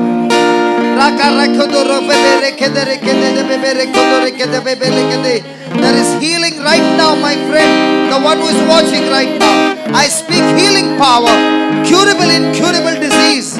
Be completely destroyed in the name of Jesus. Be completely destroyed right now, right now, right now, in the name of Jesus. I speak for the anointing to flow destroy the yoke of the devil right now, right now, right now. Receive your creative miracle in your finances. In your finances, God is the one who gives us the power to get wealth. God is the one who supplies all your needs. I speak of financial breakthrough in your life. I speak of a job breakthrough in your life. Unemployment, you spirit of unemployment, I curse you in the name of Jesus. Lord, those who are looking for jobs, right now I speak job, come into their life in the name of Jesus. New jobs, come into their life in Jesus' name, in Jesus' name, in Jesus' name. The children who are appearing for exam, Lord, your academic anointing on them. They have been blessed with the mind of Christ, the spirit of wisdom, the spirit of knowledge, the spirit of counsel, the spirit of might, the spirit of understanding, the spirit of fear of the Lord, the spirit of holiness, academic anointing upon the children, upon the children. They are on the top, not at the bottom. They are the head and not the tail. Even if the enemy comes in one direction, he shall flee in 7 directions, according to the word of God. The children are anointed, the children are blessed, the children are led by the Spirit of God. They are guided by the Spirit of God into victory in the name of Jesus. Thank you, Jesus. Thank you, Jesus. Thank you, Jesus. Thank you, Jesus. Thank you, Jesus. Thank you, Jesus. Lord, I thank you for creating the blacksmith in the lives of those who are going through court cases, oh Lord. Lord, I thank you for the blacksmith who has prepared the weapon for this battle. And through this weapon, oh Lord, the work of Satan is destroyed. It is destroyed. No weapon fashioned against the children of God shall prosper, for our righteousness comes from the Lord. Lord Jesus, every tongue that rises up, we shall condemn that tongue in the name of Jesus. Father, I thank you for this victory. I thank you for this victory. I thank you for this victory. New organ be formed. New organ be formed. New organ be formed in the name of Jesus. Oh Spirit of God, you are the Spirit of truth. You are the Spirit of creation. You are the Spirit that is creating new things in our life. New things in our life. Every work of Satan destroyed under this anointing. We thank you, Jesus. We thank you, Jesus. We thank you, Jesus. Oh, Lord, today we learn that we are sanctified and you have perfected us. You have perfected us, oh Lord. We are the righteousness of God, the divine nature of God, and we live by faith and not by sight. Lord, we thank you for the miraculous breakthrough, the miraculous promotion, the miraculous favor, your favor upon us, our family, our household, in the name of Jesus. We thank you, Lord. We thank you, Lord. Hallelujah. Hallelujah. Thank you, Jesus.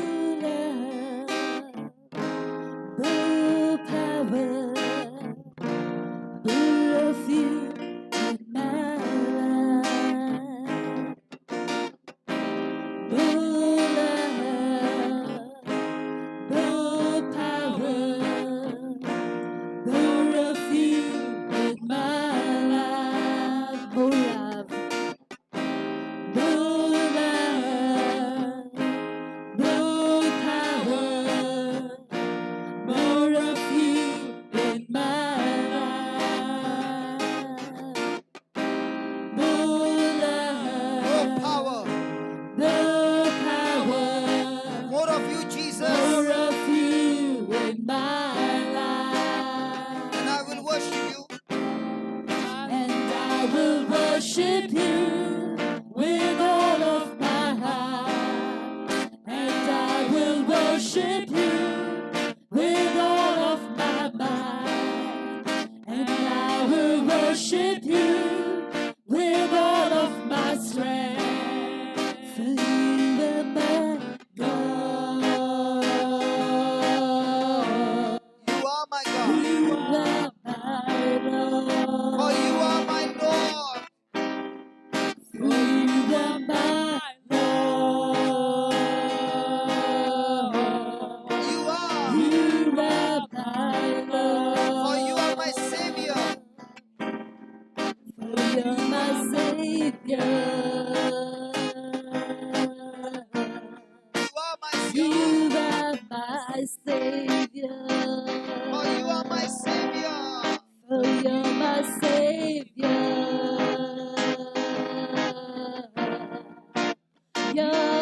my Savior. For you are healer. For you're a healer. My healer. You're my healer. You are healer. For you're a healer. My healer. You're my healer. For you are my deliverer. For you're my deliverer. You are my You're deliverer. my deliverer. Oh, you are my deliverer, Lord. You are my For deliverer. you're my deliverer. My deliverer. My deliverer. You are my provider, Lord. For you're my provider. Nobody else, Lord, but you. You're my provider. You are the God who supplies all my needs, You're the Lord. God who supplies all my needs. My provider. My provider. Yes, Lord, you are my provider, supplying all my You're needs. the God who supplies all my needs. You are my You're provider. my provider. You have sent your angels to protect me, Lord. You are my You've protector. sent your angels to protect me. You're my provider. You sent your angels to protect me, Lord. You are my You've sent protector. your angels to protect me. You are my protector. You're my protector. Yes, Lord, your angels are bringing forth the Your harvest, O Lord. angels are bringing forward the harvest. Your angels come. Thank you, Jesus.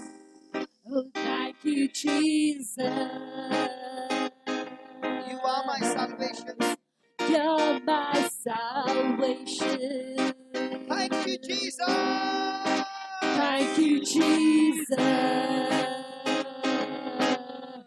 You are my You're salvation. my salvation. Thank you, Jesus. Oh, thank you, Jesus. You are my salvation. You're my salvation. Thank you, Jesus. Oh, thank you, Jesus. You are my You're salvation. my salvation.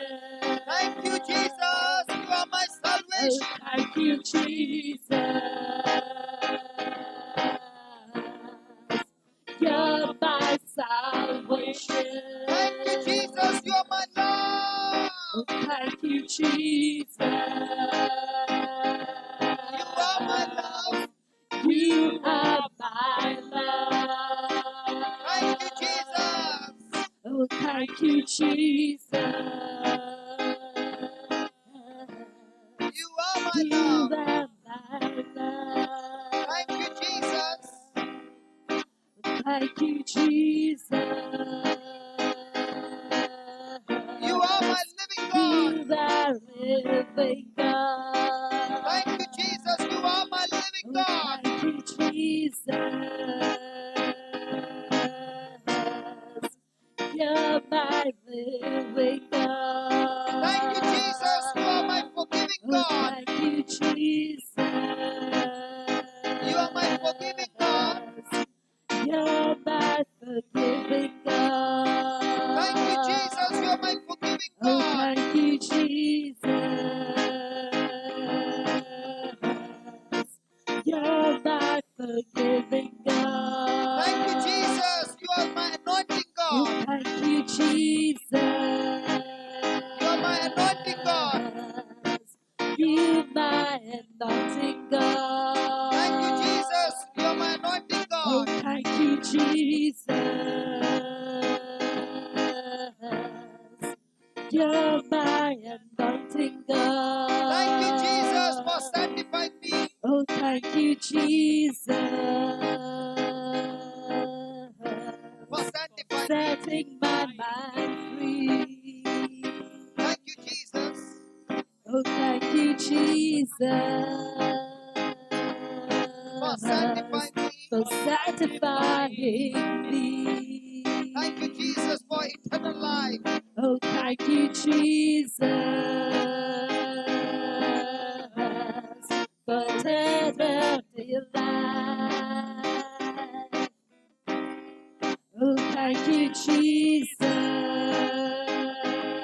For eternal life. for eternal life. Oh, yeah. Oh, thank you, Jesus, For heaven, my home. for heaven is my home. Thank you, Jesus, for heaven, my home. Oh, thank you, Jesus, for heaven is my home. Thank you, Jesus, for your favor. Oh, thank you, Jesus, For your favor. for your favor. Thank you, Lord Jesus. Oh, thank you, Jesus, For your favor. for your favor.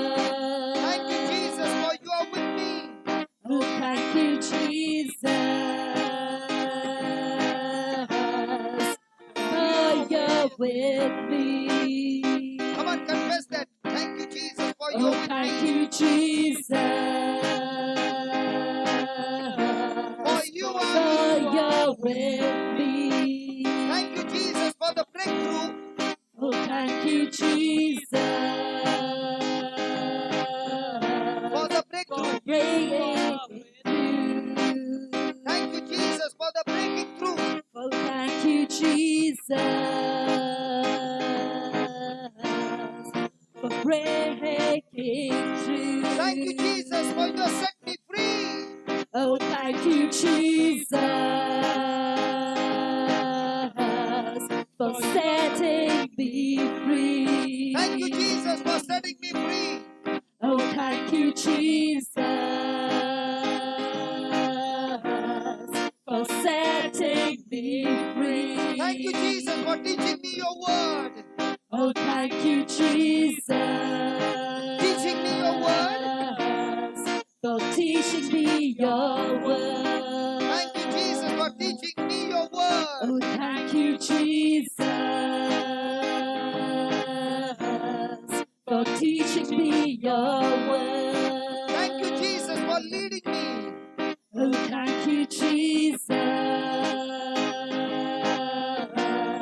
for leading me.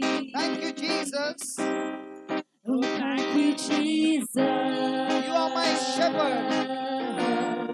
You are my shepherd. Thank you, Jesus. Oh, thank you, Jesus. You are my shepherd. You are my shepherd. Thank you, Jesus. You are my shepherd. Oh, thank you, Jesus. You are my shepherd. You are my shepherd. Thank you, Jesus. You are my shepherd. No more the devil. Oh, thank you, Jesus. You are my shepherd. You are my shepherd. The devil lost you. The devil lost you. The devil lost you. Oh, Thank you, Jesus. You are my shepherd. You are my shepherd. Unbelief is gone. Unbelief is gone. Unbelief is gone. Thank you, Jesus. You are my shepherd. You are my shepherd. One last time. Oh, thank you, Jesus. You are my shepherd.